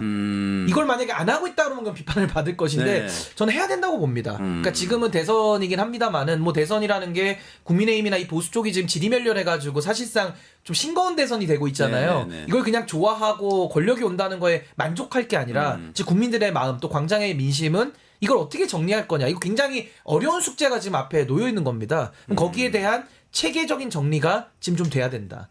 지금 전 그걸 준비해야 될 시기라고 저는 봅니다. 그렇군요. 근데 또 제가 조금 이상한 거는 아까 잠깐 짚어주셨는데 국민의힘 그 대선 경선하는 거를 보면은 윤석열 씨로부터 좀 거리를 두려는 발언을 조금씩 하잖아요. 이분들이 그러니까 윤석열 씨의 계엄 그리고 계엄 옹호론자도 갑자기 어딘가로 사라진 것 같아요. 계엄 자체는 잘못된 것이다 다 이렇게 말하고 있고 그런데 국회에서 막상 의결할 때는 다 이것과 관련된 법안들 다 부결을 시킨단 말이죠. 이건 어떻게 봐야 돼요? 아니 그게 정확한 게요. 말로는 탈당 얘기도 하고 뭐 사과 얘기도 일부 합니다만은 법안을 꼭 통과시키면 이렇게 또 부결시키잖아요. 그러니까 입만 산 거죠. 입만 살고 주구장창 거짓말만 하는 겁니다. 국민들 앞에. 그러니까 더 심판 받아야죠. 국민의힘 의원들이 예, 그래서 저는 실제 지금 마음속은 개헌과 내란을 옹호하고 있다. 아니 마음속은 그런 그 거죠. 제2결이 그러니까 더 의결이- 진실 아닙니까? 표가 진실이죠. 아니 그것도 어둠의 장막 안에서 무기명으로 투표한 그게 진심이지 밖에 나와가지고 뭐 윤 대통령 뭐 손절하자 이거는 말장난이죠. 말장난이고 어떻게 보면 국민을 또 한번 속여서 대선 때 어떤 유의미한 결과를 얻어보겠다라는 전 사익축으로 보여지고요. 전 여기에 대해서는 그러니까 지금 국민의힘이 뭐 안철수 의원을 비롯해서 뭐 탈당 윤 대통령에 대해서 얘기하고 하는데 의미 없는 얘기죠. 그 안에서 그게 무슨 메시지가 효력이 있겠습니까? 그래서 저는 국민의힘에 대한 처절한 심판이 전 반드시 더 이어져야 된다. 저는 봅니다. 이건 뭐 짧게만 제가 딱 10초만 주시면 국민의힘은요. 대화가 좀 된다라는 분들 네. 가령 이제 미디어에 많이 나오셔가지고 뭔가 좀 온건파 상식적인 것 같고 아 이분은 좀 대화가 되는 것 같고 이런 분들이 있잖아요. 그런 분들한테도 물어봐야 돼요. 이거 내란이었습니까 아니었습니까? 아. 그런 분들조차도 내란이라는 표현을 굉장히 불편해요. 내란이 아니었다고 얘기합니다. 비상계엄에 반대하지만 그건 내란이 아니었대요. 아. 그거부터 반성해야 돼요. 그러니까 규정을 해야 됩니다. 내란이었냐 아니었냐 그것만 대답하면 됩니다. 근데 내란이 아니었기 때문에 애매하게 지금 선 긋고 있는 거거든요. 이게 문제인 것 같아요. 내란이었기 때문에 반성과 성찰을 하고 국민의힘의 간판을 바꾸든지 해야 되는데 내란이 아니었다고 얘기를 하니까 아니 예를 들면 어떤 사람이 조폭에게 맞고 있습니다. 근데 제가 지나가면서 목격을 하거든요. 근데 제가 거기에 대해서 그 신고를 하든 아니면 가서 뜯어 말리든 어떤 조치를 해야 되는데 제가 만약에 가만히 구경만 하면서 안타까워만 하는 거예요. 네. 그럼 그 사람은 나중에 어떻게 평가받아야 됩니까? 그 폭력 행위에 넓게 보면 동조했다고 볼 수밖에 없는 거예요. 그렇죠. 그러니까 지금 국민의힘에 네. 합리파라는 사람들의 행동이 딱 그런 겁니다. 그러니까 지금 누가 막고 있고 집단 폭력을 당하고 있으면 신고를 하든 가서 막든 뭔가 조치를 해야 되는 거거든요. 근데 국민의힘의 소위 합리파 뭐 예를 들면 민심에 뭐 부합한다라는 사람들 나열을 한번 해보십시오. 그분들이 하는 행동은요. 말로는 뭐 잘못했다는 취지로 들릴 법한 약간 달콤한 소리들을 하는데 막상 당에 들어가가지고는 어떤 적극적인 행동하지 않아요. 네. 그러면 그것은 DJ 대통령이 말했던 행동하지 않는 양심은 악의 편이라 그랬거든요. 맞습니다. 저는 그 말이 네. 적용이 바로 된다고 봅니다. 정말 공감되네요. 속으면 안 됩니다. 네, 거기에 그러게요. 속으면 안 됩니다. 우리 사실은 우리 이게 너무 과거 얘기라서 과거 얘기하고 미래 얘기하려고 이재명 대표의 공약과 이런 얘기 막 잔뜩 준비해놨는데 어떻게 할까요? 과거에 다음 주로? 다음 주로 넘길까요? 아 저는 네. 아까 충분히 말씀하시고 박영실 그러면 에디터 다음에 말씀하신 다루도록 거 하겠습니다. 갑자기 생각이 났는데 제가 예전에 기자 생활할 때 무슨 이제 법안 가지고 싸울 때 하여튼 옛날에 취재할 때 애매하게 얘기하는 의원들이 있어요. 그래서 이제 뭐 상임위원 같은 경우는 뭐 20명 안쪽이니까 설문을 돌립니다. 그러니까 쉬우니까. 그래서 설명을 통해서 그래서 정확하게 이 법안에 대해서 어디를 반대한다는 거냐, 정확하게 네 의견이 뭐냐라고 그래서 명징한 문장으로 질문을 합니다. 거기에 답을 하고 혹은 안 해요. 안 한 사람은 거기에 대해서 반대한다는 거죠. 그 300명에 대해서 정확하게 한번 물어봤으면 좋겠어요. 이번에 대해서 이번 사태에 대해서 정확하게 너는 내란이라고 생각하느냐 안 하느냐 한번 물어보면 이번에 이탈표 6표가 어디서 나왔는지 대충 감을 잡을 수 있지 않을까 네. 이런 생각도 갑자기 들었어요. 그렇군요. 알겠습니다. 일단 여기까지 정리하고 그래도 서운하니까 이 내용만 좀 브리핑을 하시고 네. 정리를 하는 게 좋을 것 같습니다. 이제 예. 일단 대선 후보 경선이 민주당에서 또 국민의힘에서 진행 중인데 일단은 관심 민주당에 많이 가기 때문에 예. 민주당 공약 중에 민주당 중요한 공약 중에 것들이 일단은 뭐 나오고 있죠? 이재명 대표가 어제 밝힌 거는 국회와 대통령실을 세종시로 완전 이전을 추진하겠다 이제 이렇게 밝혔고 이건 뭐 충청에 대한 구애로 봐야 되는 건지 모르겠습니다만 이건 이제 참여정부 때부터 논란이 됐던 거 관습헌법 어쩌고 해가지고 안 됐던 거잖아요. 근데 이건 이제 받았던 거죠. 이제는 정말 하겠다라는 겁니다. 하겠다라는 거고 사실은 이거 이전에 원래는 공수처 강화, 이제 검찰에 대한 개혁 이거는 일찌감치 이제 1호 공약 비슷하게 이제 약속을 했던 걸로 기억을 하고 있고요. 이번에 나온 건 개헌 이게 이제 개헌 사안이어가지고 세종시 이전은 개헌이 이제 동반이 돼야 되는 거라서. 세종시 대통령실 국회 세종시 이전은 개헌을 하겠다라는 얘기와도 이제 동일한 언어입니다. 이제 요거 그래서 정치권에서 거론되고 있고요. 일정만 말씀드리면 오늘 이재명, 김동연, 김경수 이 세 분은 오늘 TV 토론합니다. 오늘 TV 토론이 예정되어 있고 국민의힘은 19일, 20일 그러니까 내일과 모레 양일간에 거쳐서 A조, B조 TV 토론이 얘기가 되고 있고요. 지금 예정되어 있고요. 오늘 국민의힘이 비전 대회라는 걸 해가지고 각 후보가 돌아가면서 뭐 이제 자신의 어떤 대선 후보로서의 비전을 얘기를 하는 거예요. 근데 뭐 아시겠습니다만 조 추첨식도 그랬고 비전 대회도 그랬고 기승전 이재명이 짓다. 그러니까 다 이재명이다. 국가 비전이 이재명 반대. 뭐 이재명 이런 거예요, 반대입니다. 지금. 그러니까 그거는 네. 프로 이름을 잘못 지은 거예요. 네. 비전 발표회가 아니라 예. 뭐 성토 발표회 이렇게 이름을 져야 그게 내용이 맞는 거지. 예. 아니, 비전 발표회라고 걸어놓고 뭐 다 후보들마다 이재명 대표 악마에만 열을 올리고 있으니 그 되겠습니까? 아니 근데 보통 대선을 하면은 야당 후보들은 여당 후보들을 그렇게 막 비판하고 여당 후보들은 뭔가 이전 정부를 이어받아서 뭘 더 잘하겠다 이렇게 하는 구도잖아요.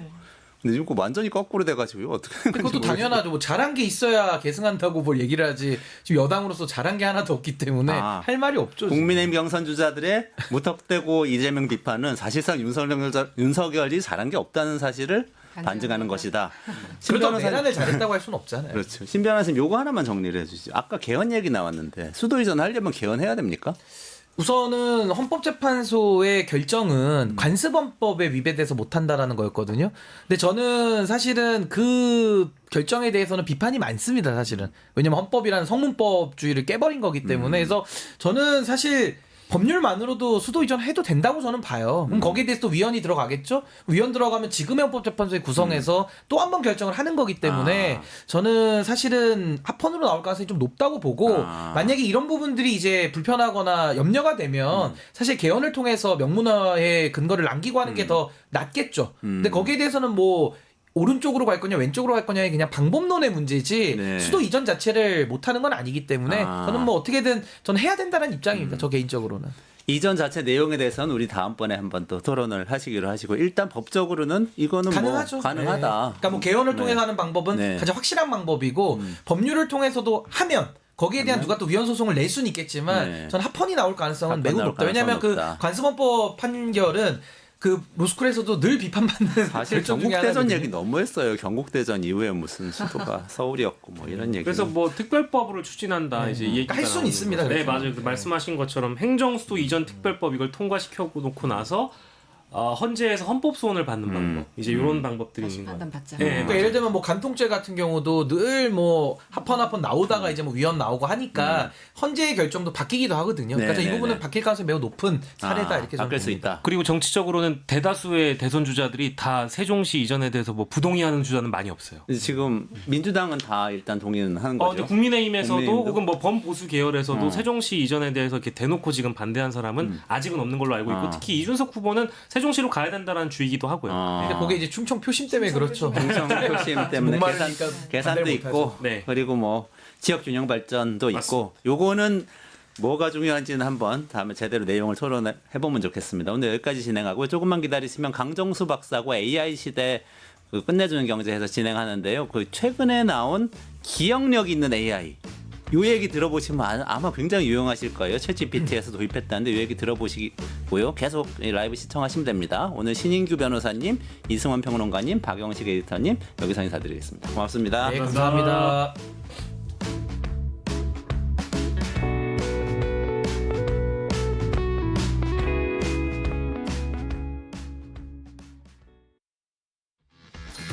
돈버는 퀴즈쇼 증권 통판 너도 받고 나도 받는 친구 초대 무제한 적립 이벤트 초대 횟수 무제한 보상도 무제한 한 문제만 풀면 친구도 코인 나도 코인 우승 상금에 친구 초대 보상까지 매일 낮 12시 증권 통팟에서 만나요.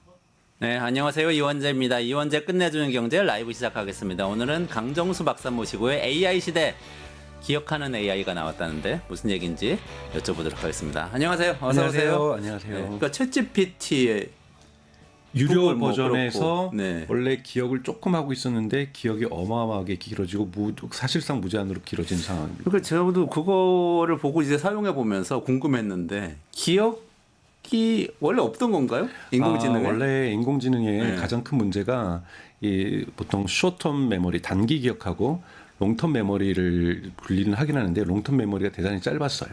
그래서 기억력이 완전히 제로였던 건 아니지만 기억을 사실 제대로 못해서 매번 우리가 질문할 때마다 새롭게 사실은 인식하고 파악해서 하는 수준이었거든요. 그러니까 예를 들면 제가 강정수 박사님이 누군지 정리해줘. 그러면 정리를 한번 해주잖아요. 네. 그 다음에 제가 딴 사람에 대해서 계속 물어보다가 네.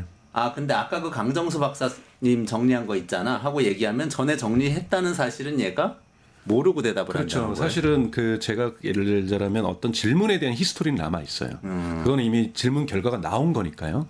그런데 제 질문하는 저의 어떤 취향이 무엇인지 제가 요구했던 것이 무엇이고 저랑 그 대화했던 것 속에서 반드시 자기가 기억해야 될 것이 무엇이고 이런 부분이 없었는데 이제 기억을 갖게 됐다라는 부분인 거고요.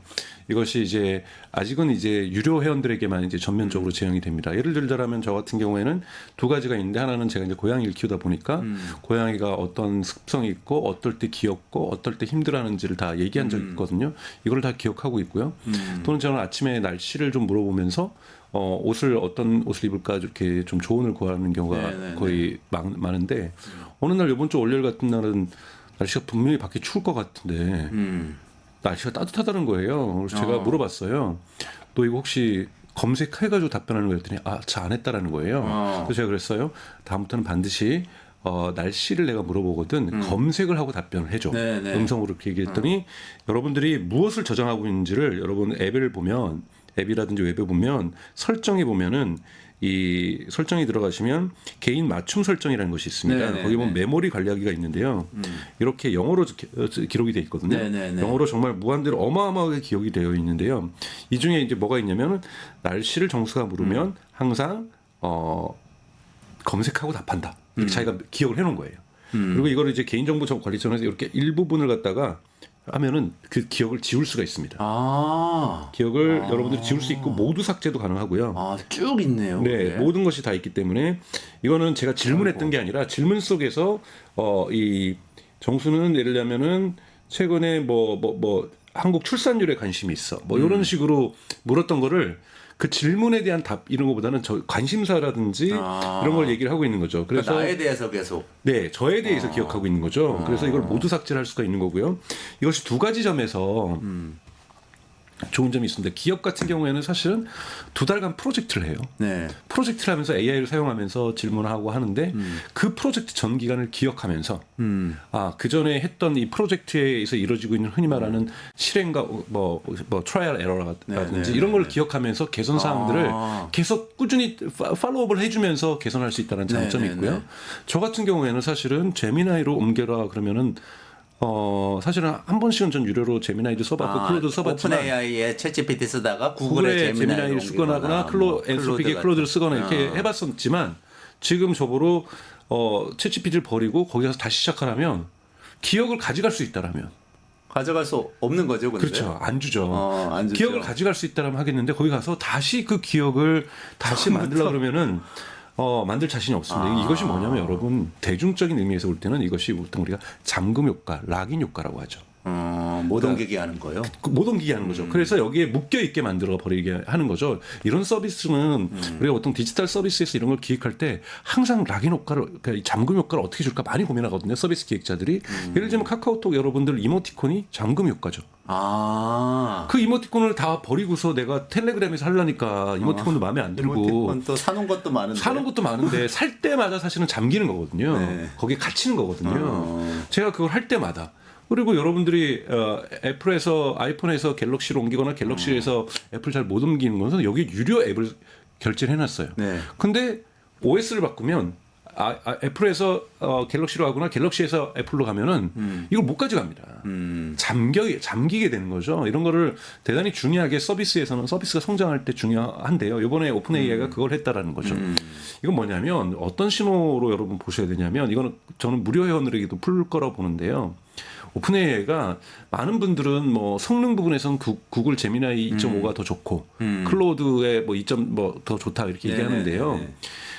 지금 시장이 두 개로 쪼개지고 있는 겁니다. 하나는 개발자라든지 기업에서 일하시는 분들에게 전문직 하루에 한 달에 $20씩 내는 사람들 시장과 오픈 AI가 지금 키우려고 하는 것은 무료로 하는 사람들의 이 규모를 빠르게 키우려고 하는 거죠. 대표적으로 지브리가 나오기 전에 2월 말까지의 통계로 볼 때는 무료로 이용하는 사람이 일주일에 방문하는 사람이 4억 명이었어요, 전 세계에. 네, 일주일에 그것도 엄청 많은데. 네, 4억 근데 명? 지브리로 5억 명 됐습니다. 1억 명이 늘었어요. 네. 지브리 사진 그렇게 자기 프사 만들 수 있게 해준 걸로. 그러면서 지금 오픈 AI가 뭘 하겠습니까? 400억 달러를 소프트뱅크 주도하에 투자를 받았잖아요. 네. 그럼 이거를 벌어야 되는데 지금 유료 회원은 2천만 명이 안 돼요. 전 세계적으로. 그리고 유료 회원도 키우긴 키울 거예요. 3천만 명, 4천만 명 더디게 갈 겁니다. 네. 여기에 경험하고 무료 회원을 써서 대중 서비스를 어떻게 할 건가? 어제 보도가 나온 것이 오픈 AI가 소셜 미디어 서비스 시작하겠다. 아, 그래요? 네, SNS 시작하겠다고 좀 얘기를 하고 있는. 카카오톡 같은 거 하는 건가요? 뭐 아니면 페이스북 같은 거. 페이스북 같은 거라든지 또는 X.com, 트위터 같은 걸 시작하는 트위터 거예요. 같은 걸. 이런 걸 써 지금 시작하겠다 하는 거예요. 그런 부분에서도 기술적인 거 좋은 게 있습니다. 요즘 좋을 것 같은데요? 네. 왜냐하면 여러분들이 뭐 질문하고 답하는 걸 어떻게 소셜 미디어를 해? 예를 들자면 요즘 이미지 만드는 거 작업 중에 지브리도 있지만 이 웹툰 만드는 거 있잖아요. 네네네. 그러니까 글씨를 채워넣을 수 있잖아요. 네네네. 예를 들면 이거는 어떤 기술이냐면 트랜스포머 모델이니까 그 거대 언어 모델은 트랜스라는 말을 쓰고 그다음에 원래 이미지는 디퓨전 모델이라는 방식으로 이미지를 만들었는데 네네네. 그래서 트랜스퓨전이라는 모델을 썼어요. 그러면서 뭘 하냐면 텍스트와 글자를 같이 학습했을 뿐만이 아니라 이걸 조정을 마음대로 할 수 있습니다. 그래서 여러분들이 그럴 수 있잖아요. 웹툰에다가 예를 들면 말풍선만 그려놓으면은 네. 저기다 무슨 말을 입력해줘 그러면 입력해주잖아요. 요즘. 그러니까 옛날에는 뭐 만화 뭐 말하는 거 그려달라고 글씨가 막 이상하게 말도 안 되게 나오고 그걸 수정할 수가 없었는데요. 수정 요즘은 못하고. 수정이 가능합니다. 근데 입력할 수 있어요. 그렇죠. 그림판 뭐 에디터 이런 것처럼. 그렇죠. 그 글자를 거기에 있는 말풍선을 맨 왼쪽에 있는 위에 있는 그림에 있는 글을 이걸로 바꿔줘. 이렇게 하면 바꿔준단 말이에요. 네네. 그러면 이런 놀이를 할 수가 있는 거거든요. 예를 들면 두 컷만 그려놓고, 그러니까 만화는 네 컷이 다 있어요. 말풍선 두 개만 채워놓고 나머지 두 개는 제가 채워봤어요. 그러면 그 밑에 있는 친구가 댓글을 쓰면서 나는 이렇게 두 개로 치울래. 나는 이렇게 채울래. 그러네요. 뭐 이렇게 얘기할 수도 있는 거잖아요. 뭐 정치인들 두 명이 얘기할 수도 있고 직장인들의 뭐 부장과 꼰대 부장과 직원이 얘기하는 게 할 수도 있고 상황은 엄청나게 많이 있을 수 있죠.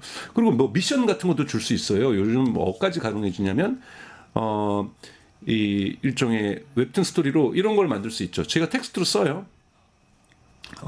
헤어진 전 여친은 5년 만에 연락을 어떻게 할까 하고 싶은데 네네. 뭐 이런 식의 미션을 챌린지 예를 들면은 틱톡에 사는 것처럼 그러면 내가 나는 이렇게 해서 뭐 말을 걸 거야. 뭐 무슨 티켓이 생겼는데 너 생각이 나서 뭐 이렇게 하면은 딴 사람들은 다르게 쓸 수 있는데 그럼 그거를 웹툰이나 동영상으로 만들어 줄 수 있습니다. 그러니까 그런 놀이를 하면서 소셜 미디어를 만들 수가 있다라는 거죠. 그러니까 완전히 AI를 활용한 소셜 미디어네요. 그렇죠. 내가 찍은 사진, 내가 쓴 글이 아니라 AI가 그린 그림, 거기에 내가 살짝 덧붙인 것, 또 AI가 써준 글, 내가 살짝 덧붙인 거 이런 거 막 믹스된다 이거죠. 네, 그렇게 되면 사실은 이런 서비스가 생겨야 그렇게 되면 여기다가 광고도 붙이거나 커머스도 그렇겠네. 붙이겠죠. 그렇게 되면 지금 구글이나 여러분 인스타그램 다 무료로 쓰시잖아요. 네. 무료로 써야 시장이 훨씬 그러네요. 커집니다. 그러면 이들이 들어가려는 시장을 위해서는 대중적인 매력을 둬야 전문가들 2천만 명 정도가 전 세계에서 $20 내는 걸로는요. 작년에도 $50억 가까이 적자가 났어요. 이 적자를 오픈AI가요? 오픈 AI가 50억 적자를 메꿀 수가 없어요. 그 정도. 7조 원 뭐 이렇게 되네요. 이 적자를 메꿀 수가 없습니다. 반드시 대중시장 들어가야 되는 거고 그러기 위해서는 기존에 있었던 예를 들자면 메타를 흔들어야 되고 기존에 있던 검색 서비스에서 지금 검색도 되고 있으니까 구글을 흔들어야 되는 거고 광고 시장을 흔들어야 되는 거고 커머스 시장을 흔들어줘야 되는 거거든요. 이럴 때 이들이 이제 성장하려고 하는 방향성 속에서 대중시장을 가는 하나의 갈래가 있는 거고 전문가들 시장으로 하는 예를 들자면 개발 코딩이라든지 이런 시장이 하나 있는 거에서 두 가지 시장이 저는 분리될 가능성이 높다고 보고 있습니다. 그리고 그림 그려주고 뭐 SNS하고 이런 거를 그런 걸 돈 받고 하기 좀 어렵죠. 그렇죠. 그러니까, 그렇게 친하게 예. 하면 들어오겠죠. 그리고 언젠간 물어보겠죠. 저는 오픈AI가 서둘지 않을 거예요. 왜냐하면 400억 투자를 이번에 받았잖아요. 네. 소프트뱅크 주도하에. 그러면 돈이 좀 있다라는 거예요. 그럼 이거를 10억 명 만들 때까지는 기다리겠죠. 10억 명 만든 다음에 전환을 하면은 네. 광고도 매력이 훨씬 더 있잖아요. 우리가 이제 닭이 먼저냐 달걀이 먼저냐 해서 한쪽 사이즈가 커져야 네. 이 나머지에서 광고 시장 광고주들도 저기 광고하면 10억 명이 도달해?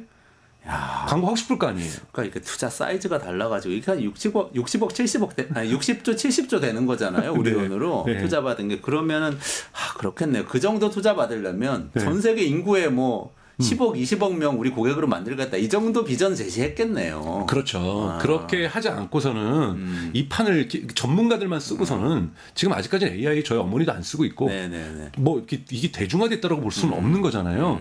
AI가 완전히 대중화의 길로 이제는 접어들고 있는 저는 진입 단계에 있다라는 거고 거기에서 기억력은 매우 중요합니다. 그러네요. 네. 근데 또 듣고 보니까 좀 무시무시한 생각이 좀 드는 게 사실은 요즘 AI, 챗GPT 특히 상담용으로 쓰는 분들 많이 계세요. 그럼요. 그래서 개인의 내밀한 얘기도 하고 나 이렇게 우울한데 뭐 친구 관계 어떤데 부모님 관계 어떤데 또 네. 이성과의 관계 어떤데 네.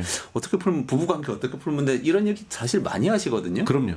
그러면 그 얘기가 거기 기억된다는 거잖아요. 그렇죠. 쭈르륵. 이게 동전의 양면이죠. 하나는 개인정보 이슈가 있을 수가 있죠. 그렇기 때문에 지금 오픈AI가 하는 거 제가 아까 전에 보여드렸던 것처럼 삭제할 수가 있습니다.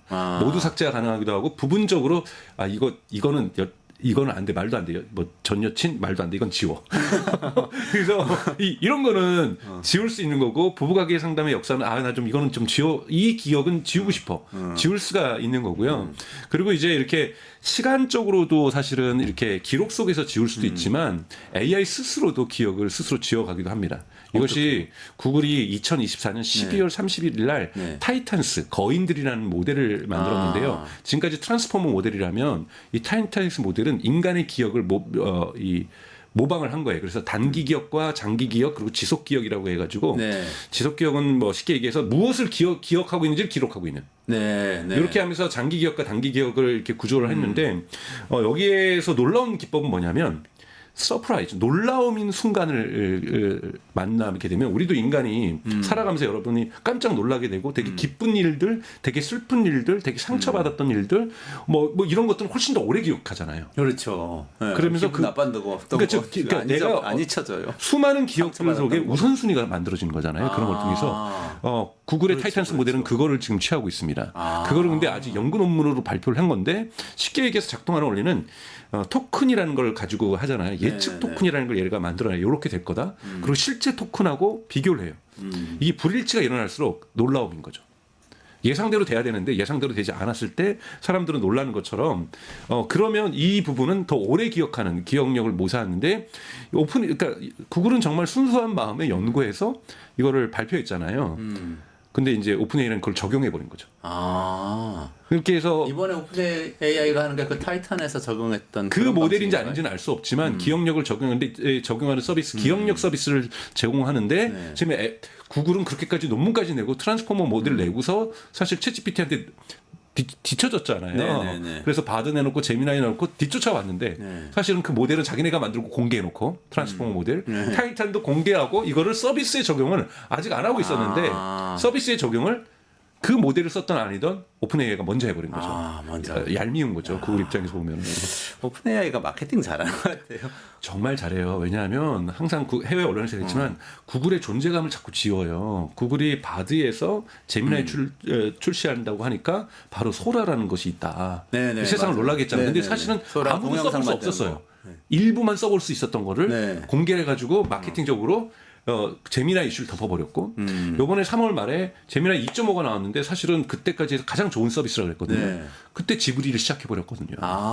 그래서 묻혔구나 또. 또 묻혀버렸어요. 그래서 그리고 이번에 뭐 하려고 그러면 제미나이 2.5 플래시죠. 네. 그게 굉장히 2.0 플래시 그리고 2.5. 2.5. 네. 제미나이 2.5 굉장히 성능이 좋다고 네, 성능이 좋아가지고 저도 되게 좋더라고요. 네, 그거 여러분 무료로도 써볼 수 있습니다. 꼭 유료로 안 해도 이제는 요즘은 가격 경쟁이 일어나고 있기 때문에 여러 가지 써볼 수가 있는데 여기에 지브리를 덮어버리는 놀라움 그리고 기억력으로 타이탄이라는 모델 내놨더니 네.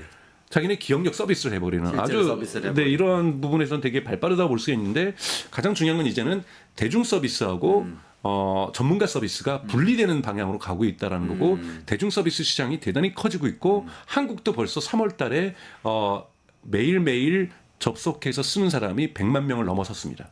매일 쓰는 사람이요. 네, 그러니까 DAU라고 얘기하는데요. 네. 매일 활성화, 그러니까 일간 활성화 이용자 규모가 125만 명을 넘었거든요. 데일리 액티브 유저인가 보죠. DAU. 네, 맞습니다. 아. 그래서 한국도 지금 챗GPT가 과거에 이제 그 뭐 리튼이나 이런 한국의 스타트업들이 했던 부분들이 사실 많았었는데 이제는 여기서도 무료 서비스를 제공해 주니까요. 아. 그러니까 이리로 싹 하는 거죠. 검색 같은 경우에는 아이고. 로그인도 안 해도 됩니다. 아. 그러면서 이제 명확한 것은 오픈 AI가 대중화의 길로 들어갔고 여기에 소셜 미디어 서비스까지 SNS까지 하겠다고 한다라는 거는 완전히 대중 서브로 가겠다라는 거고 3월 말에 샘 알트만이 벤 톰슨이라고 인터뷰를 하면서 뭐라고 했냐면 자기는 광고를 안 하고 싶긴 하다 개인적으로는 광고는 이용자의 이 경험을 나쁘게 한다. 근데 그건 광고도 생각하고 있다라는 거죠. 그렇죠. 하지만 원칙적으로는 자기가 경영진들이 광고를 밀 경우에는 자기는 반대는 안 하겠다. 광고 서비스 하겠다는 준비하고 있다는 거네요. 거죠. 하겠다는. 그다음에 또 뭐라고 얘기하냐면 사실은 광고보다 더 좋은 거는 자기는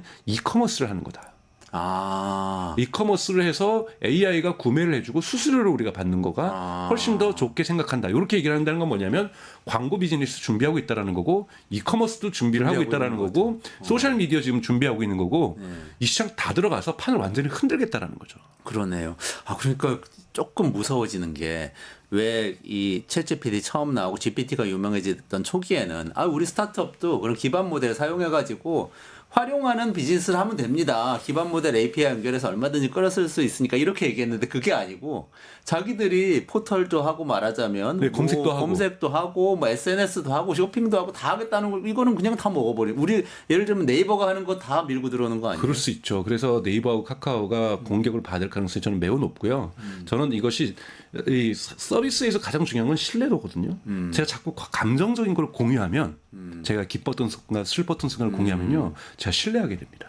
아. 신뢰하게 되면 언젠간 저는 지금 묻지 않을 거예요. 아. 지금 하면은 위협으로 느끼는데 신뢰를 하기 시작하면 물어볼 겁니다. 언젠간 저한테 메시지가 떠서 너의 연락처에 내가 접근해도 되니?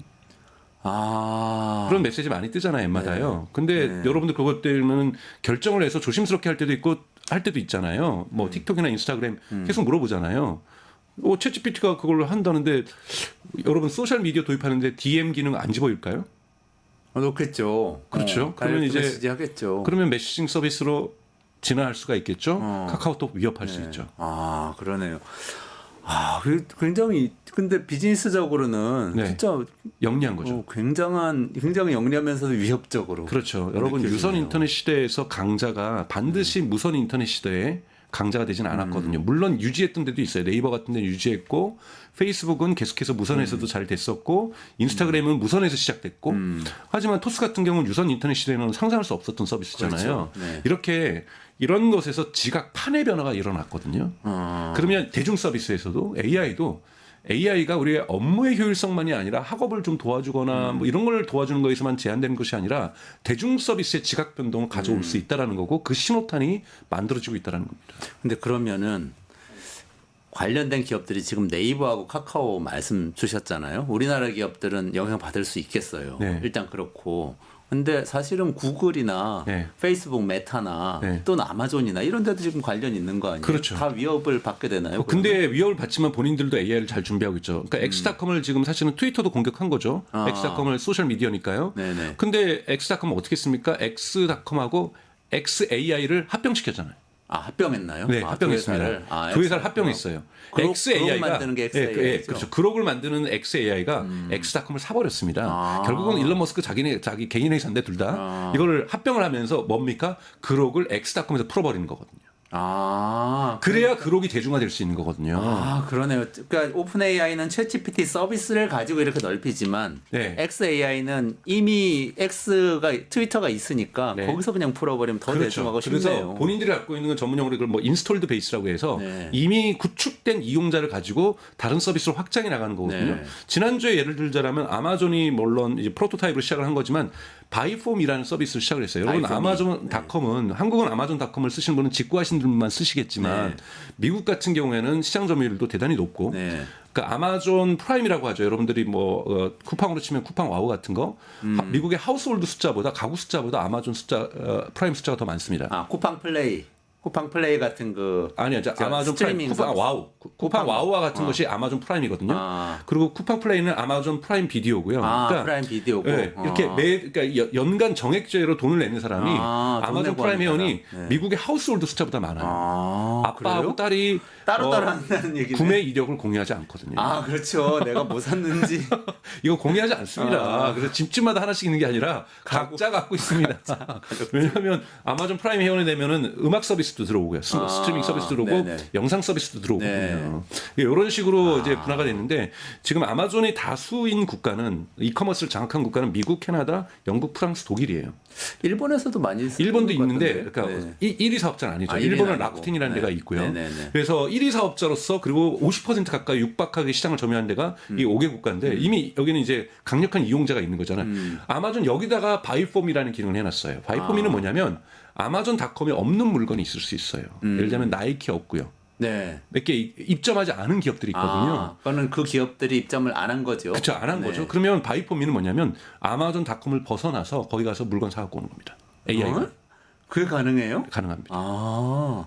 그러면 근데 아마존은 손해 보는 거 아니에요? 그러면 자기들 안 파는 물건을 지금 안 파는 물건도 여기 오니까 사람들이 아마존을 안 떠나는 거죠. 그 어차피 또 유료 회원이고. 네, 회원들이. 그러니까 아마존을 떠날 이유가 없이 여기서 왜냐면은 쿠팡 제가 와우 회원이에요. 근데 네. 쿠팡에서 바이포미를 제공해요. 그럼 이제는 이 AI가 가격을 다 비교합니다. 네이버도 스토어에서는 이 가격 얼마인지 궁금하고 너가 그냥 여기 쿠팡 와우가 제일 싼 것 같은 거 이거 싸 이렇게 얘기해 주기도 하고 네.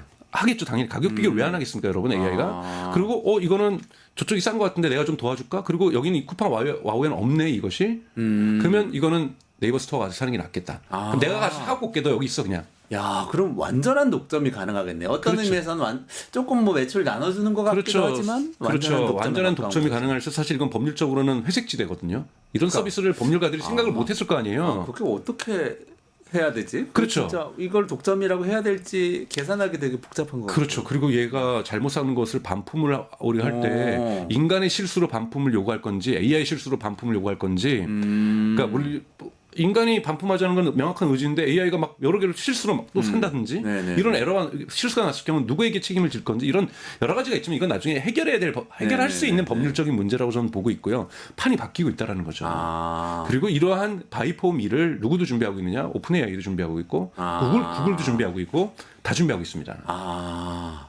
그러니까 지금 보면은 미국의 빅테크들은 오픈 AI는 챗GPT라는 이 어쨌든 자기들이 선풍적으로 인기를 얻고 있는 AI 서비스를 중심으로 쫙 펼쳐 딴 거 다 하겠다. 그러니까 대중화를 하고 있는 거예요. 그런 거죠. 네. 그리고 아마존은 자기들이 이미 장악하고 있는 유통에서 출발해서 딴 거를 먹겠다. 그렇죠. 이렇게 그리고 갖고 구글 있는 같은 거고. 경우는 검색이나 Gmail. 그러네요. 여기에서 이걸 퍼뜨리려고 하는 거고요. 이미 강력한 부분에 모델들이 다들 좋잖아요. 아마존은 이제 클로드에다 가장 많이 투자를 했거든요. 네네네. 클로드를 활용하고 있는 거고. 그러면서 물론 자체 모델들도 있습니다만, 그러니까 이미 AI도 흔히 말하는 프론티어 모델이라는 것도 모델도 되게 강력하게 성중했고 이제는 이들이 뭐 하려면 이거의 경쟁도 하지만 이걸 가지고 대중 시장을 장악하려고 하는 겁니다. 근데 지금 한국 같은 경우 지금 안 되는 게 뭐냐면 카카오는 AI 개발 포기해서 오픈 AI 거 쓰기로 했고 네이버는 지금 더디잖아요. 뭐 속도를 내지만 그러면 하이퍼클로버 X를 굳이 하이퍼클로버 X를 그러면 여기 모델처럼 발전할 때까지 기다리다가 이 회사들이 네이버의 영역을 침범할 수가 있다라는 거예요. 그러네요.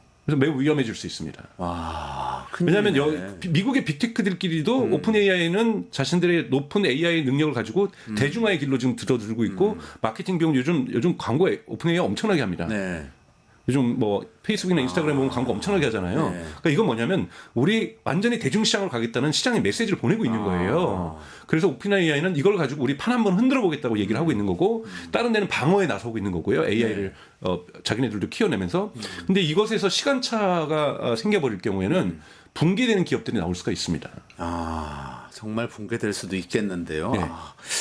일단 그것도 굉장히 걱정이 되고요. 그 해법을 또 나중에 좀 알려주시면 좋겠고 저는 아까 얘한테 그 챗GPT에서 막 상담하고 하면서 내 기록이나 뭐 얘가 기억하는 문제 있잖아요. 그렇게 가다 보면은 왜 심리학에서는 이거 그루밍이라고 그러기도 하는데 너무 이 AI가 사람같이 되는 거 아닌가? 그러면서 그렇죠. 저것도 겹쳤어요. 저번에 한번 나오셔가지고 에즈라 클라인이 네, 네. 얘기했던 AGI 얘기 네, 해주셨잖아요. 네. 이렇게 사람처럼 거의 내 친구 중에서도 나를 이렇게 다 기억하는 사람은 없거든요. 그리고 네. 직장 상사 중에서 우리 업무 히스토리 다 아는 사람은 없어요. 사실 네, 계속 네. 인사가 나니까. 네. 하지만 훨씬 더 나은 AI가 있다면 진짜 모든 사람들이 이 AI에 의존해서 살아가야 되게 되는 거 아닌가? 네, 맞습니다. 그래서 사실은 이 기억도 인간의 스타일로 인간이 어떻게 기억하지? 그래서 과학자들이 그거대로 지금 모델을 타이탄이라는 모델을 짜본 거잖아요. 네. 다 인간을 못 사는 거잖아요. 머신러닝이라는 것들, 딥러닝, 인간을 내 세포에 기억하는 방식들을 모방하면서 지금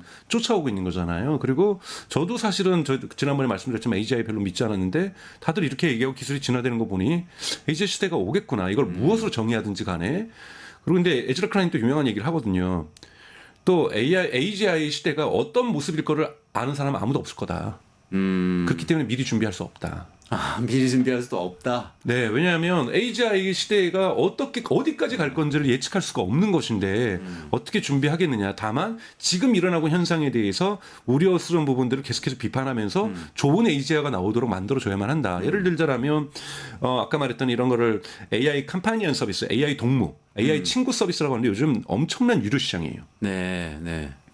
한국도 리틴이라는 데서 지금 그걸로 돈을 벌고 있고요. 미국에서는 이거는 10대부터 60대까지 쓰고요. 또 뭐 뉴욕타임즈의 케빈 루즈라는 기자는 6명을 갖고 있더라고요. 한 명은 요가 선생님.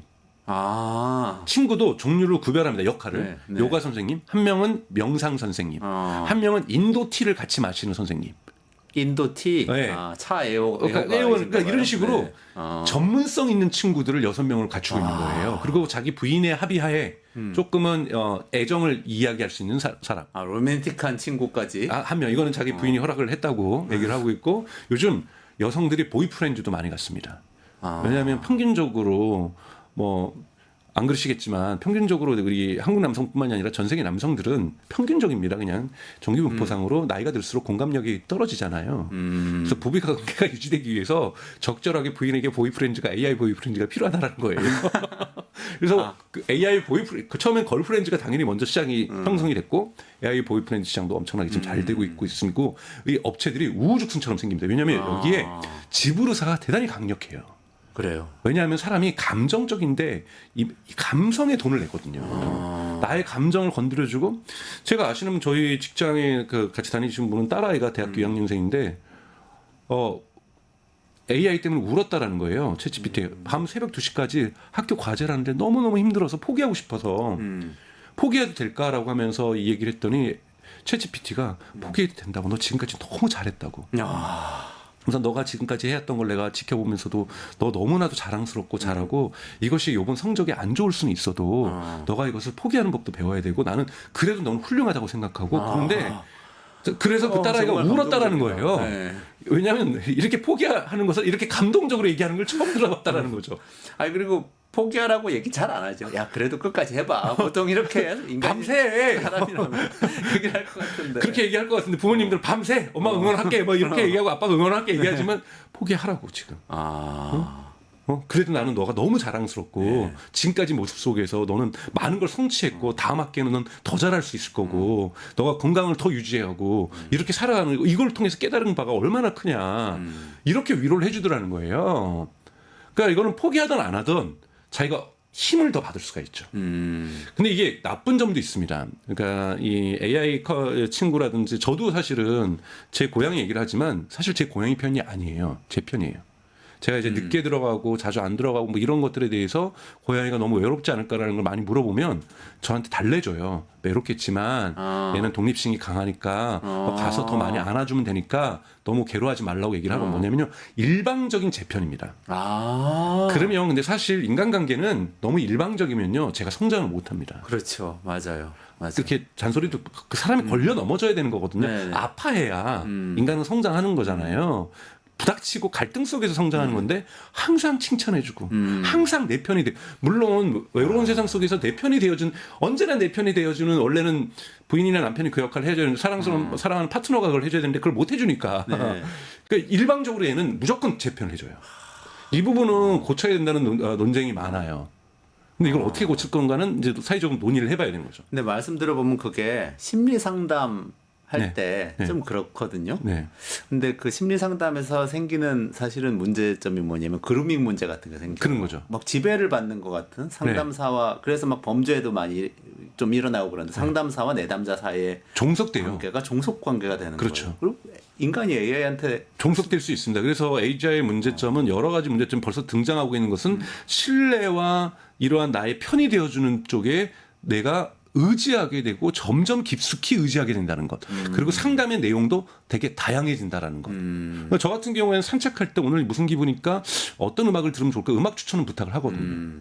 아 그러면 이런 음악을 제가 또 이건 바로 연결을 아직 안 되니까 언젠가 음악도 연결하겠지만 네. 제가 또 제 스트리밍 음악 서비스에서 그 음악을 찾아서 듣거든요. 그러니까 이런 조언은 좋은데 이게 점점 좋으니까 저도 계속해서 물어본다는 거예요. 그렇죠. 오늘 날씨도 물어보는데 거기다 옷도 좀 추천을 해줘.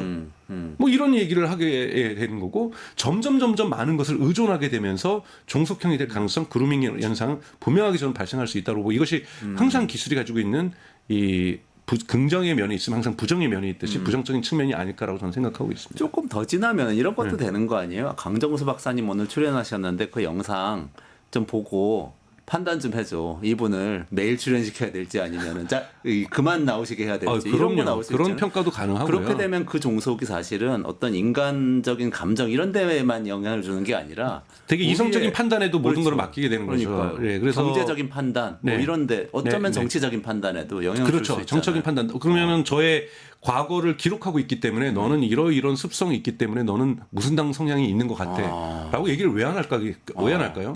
물론 정책 중립을 지키려고 항상 노력을 해요. 그거는 이제 코딩이 그렇게 그러니까 설정이 그렇게 되어 있죠. 그래서 자기는 중립적이기 때문에 얘기를 안 하겠어요라고 얘기할 수는 있어요. 하지만 너의 기록을 보면 나의 기록을 보면 내가 어느 당 성향인 걸 퀴즈처럼 맞춰봐줘라고 하면 얘기해 줄 수 있죠. 그래서 조금 위험한 면도 있겠어요. 그렇죠. 그래서 이런 극단적인 부분에- 정치적인 성향인 사람이 네. 조금 위약적으로 그런 얘기를 막 할 수 있잖아요. 상담하거나 이런 상황이라고 생각하면 술 마시고 막 얘기하는 것처럼. 근데 그걸 토대로 볼 때 너는 극단적인 저 정당에 투표해야 돼. 이렇게 말해줄 수도 있겠네요. 그래서 저는 AGI로 저희가 점점 가까워질수록 사실은 인간은 멸종이라는 이 테마를 너무 좋아해요. 사실은 천문학이 발전하자마자 인간은 뭘 상상했냐면 혜성이 지구를 충돌하는 걸 상상을 했고요. 생물학이 발전하자마자 좀비 바이러스를 상상을 했고요. 그러니까 인간은 정말로 인간 멸종을 문학적으로나 예술적으로 항상 사랑해 왔어요. 좋아해 왔고 사람들도 그런 충격이 좋아합니다. 그래서 저는 AI를 너무 멸종의 극단적인 상황을 생각하는 게 아니라 말씀하셨던 사실은 우리가 피해볼 수 있는 종속의 문제라든지 이 문제를 어떻게 해결할 것인가. 왜냐하면 이거는 우리의 일상 속에서 부닥치는 문제일 수밖에 없는 거거든요. 정말 그 극단적으로 좋아하는 인류의 멸종. 스카이넷이 와서 로봇이 우리를 지배하고 우리를 공격할 거야. 이거는 너무 큰 범죄자를 만들어 놓고 여기에 살기 때문에 나와의 관련성을 사람들이 못 느낍니다. 그런데 실제하는 위협은 아니다. 이런 그렇죠. 얘기죠. 실체하지 않은 아닐 수 있고 우리가 상상 속에 사는 위협일 수 있어. 오히려 더 위협은 이렇게 일상 속에 스며드는 것. 이렇게 일상 속에 스며들 때 발생하는 거고 비즈니스적으로도 발생할 수 있어요. 예를 들자면 아까 말했던 저를 위해서 구매를 해줘요. 그러면 그쪽 입장에서도 비즈니스가 지금까지 논리가 다 파괴되는 이유가 머신이 기계가 고객이 된 거잖아요. 네. 기계가 고객이 돼서 들어왔어요. 그럼 얘는 광고는 그냥 건너뛸 거야 아마. 그럼 클릭을 할 거란 말이죠. 네. 그러면 저쪽은 광고 갖고 돈 벌었었는데, 그러네요. 뭐 광고가 무조건 나쁜 건 아니잖아요. 네, 네. 그럼 거기는 어떻게 해요? 뭐 예를 들자면 그러네요. 배달의 민족도 여러분 검색하시면 광고 먼저 광고 뜨잖아요. 나오죠. 네. 또 네이버 지도에서 맛집 검색해도 광고부터 뜨잖아요. 얘는 그거 건너뛸 거라는 거예요. 그러면 기존에 있는 업체들은 광고 비즈니스 못 하는 거고 또 이걸 광고를 통해서 흔히 말하는 중소 SMB라고 얘기를 하죠. 중소기업자나 자영업자들이나 뭔가 광고를 통해서 그래도 고객들 들어왔어요. 그렇죠. 네. 인스타그램 폰에서 새로운 치약을 꼭 내가 LG 생 거는 아니지만 그냥 친구들하고 창업해서 좋은 품질 만들어서 그렇죠. 네. 해보고 있어서 그걸 인스타그램 광고를 통해 성공한 기업들이 있어요. 네네네. 그래야 이게 도전과 기회가 생기는 거잖아요. 근데 그걸 건너뛰네. 근데 이제는 그러면 이제 이러한 그런- 작은 도전들의 기회도 차단당할 수가 있습니다. 광고 비즈니스를 저희가 무조건 나쁘게 볼 거 아니거든요. 그러면 여기서 마지막으로요, 강 네. 박사님. 우리나라 비즈니스 아까 네이버, 카카오 말씀 주셨는데 지금 말씀 주신 스타트업까지 네. 또는 뭐 정부가 해줘야 될 일이 있을 수도 있고 어떻게 해야 됩니까? 이런 상황에서. 그러니까 저는 보셔야 될 것이 그러니까 이 항상 인간의 습관 변화를 시키는 게 가장 어렵거든요. 그래서 크레이셔키라는 사회학자도 습관이 변할 때 진짜로 기술혁명과 산업혁명이 일어난다고 얘기를 해요. 기술 자체가 아니라. 그러니까 AI로 우리가 습관이 변하기 시작하고 있다는 거예요. 정보를 찾는 습관이 변하고 이제는 커머스 물건을 구매하는 습관이 변하게 되고 친구들하고 커뮤니케이션하는 습관이 변하게 되고 자꾸 상담하게 되고 이렇게 됐을 경우에는 거대한 지각 변동은 필연적이라고 저는 봐요. 그래서 보호가 중요한 것은 아니고요. 빨리 우리나라 기업들도 자꾸 여기에 대해서 저는 주권 AI에 얘기하면서 우리 것이 좋은 것이요라고 하면서 우리나라 AI가 발전되는 것은 중장기적인 R&D 과제로 전 놔둬야 된다고 봅니다. 좀 기술 종속될 수는 없기 때문에 네. 반드시 우리나라도 높은 수준의 AI를 만들어야 되는데 네. 그때까지 우리 서비스 다 기다려. 이러면 네. 망한다라는 거예요. 네. 미국의 가장 좋은 서비스, 중국의 가장 서비스 갖고 와서 우리 서비스, 카카오, 네이버, 우리 그리고 뭐 당근마켓, 배달의 민족 다 업데이트 해줘야 됩니다. 그래서 방어 전선을 구축해 놓지 않으면 네. 이런 대중화의 길을 걷지 않으면 무너질 수 있다는. 무너진 다음에 우리 주권 AI에서 했으니까 우리는 괜찮아. 자존심 세울 거 아니거든요. 주권 AI는 대학과 R&D 기관에서 또 기업들이 같이 합쳐서 중장기 과제로 풀어야 되는 거예요. 이미 늦었어요, 저희. 늦었는데 우리 걸 쓰자. 저는 이건 완전히 실수하는 거라고 봅니다. 왜?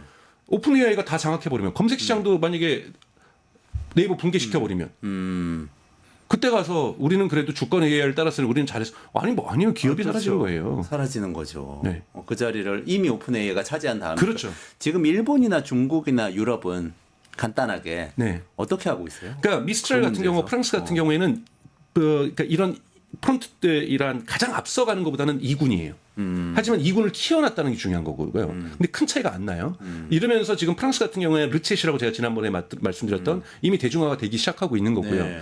그래서 이제 프랑스 같은 경우는 견딜만 하고 이제 독일 같은 경우도 이제 프랑스랑 협조하기 시작하고 있고요. 네. 일본 같은 경우에는 지난번에 제가 말씀드렸듯이 우리는 미국 거 쓰겠다. 오픈 AI 그래서 소프트뱅크가 가장 크게 투자를 한 거잖아요. 네. 그 대신 이걸 갖고 일본의 경제를 마지막 기회로 부흥을 시키겠다. 우리 경제가 바뀌면 되는 거고 서비스 좋게 만들면 되는 거다. 왜? 우리가 아이폰 못 만들고 갤럭시 못 만들어도 일본이 뭐 사실 스마트폰 시장에서 의미 있는 존재 아니잖아요. 네. 그래도 우리는 AI 경제를 스마트폰에서는 뒤쳐졌지만 AI 경제는 미국 걸 써서라도 최고의 서비스를 써서라도 일본 경제를 붐업시키면 되는 거다. 이것이 그렇군요. 일본의 이제 접근하는 네, 방식이거든요. 네. 뭐 중국이야 워낙 잘 나가는 건 독립적인 길. 뭐. 중국은 완전히 독립적인 길로 네. 가는 거고. 네. 알겠습니다. 오늘 여기까지 좀 진행하겠습니다. 네. 이원재 끝내주는 경제 매일 오후 5시 45분에 진행하고요. 끝장 뉴스 오후 5시에 진행합니다. 오늘은 강정수 박사님하고 인사드리고 물러가고요. 주말에는 다시 보시고 월요일에 오후 5시 끝장 뉴스 라이브에서 찾아뵙도록 하겠습니다. 여기서 인사드리겠습니다. 고맙습니다. 맞습니다.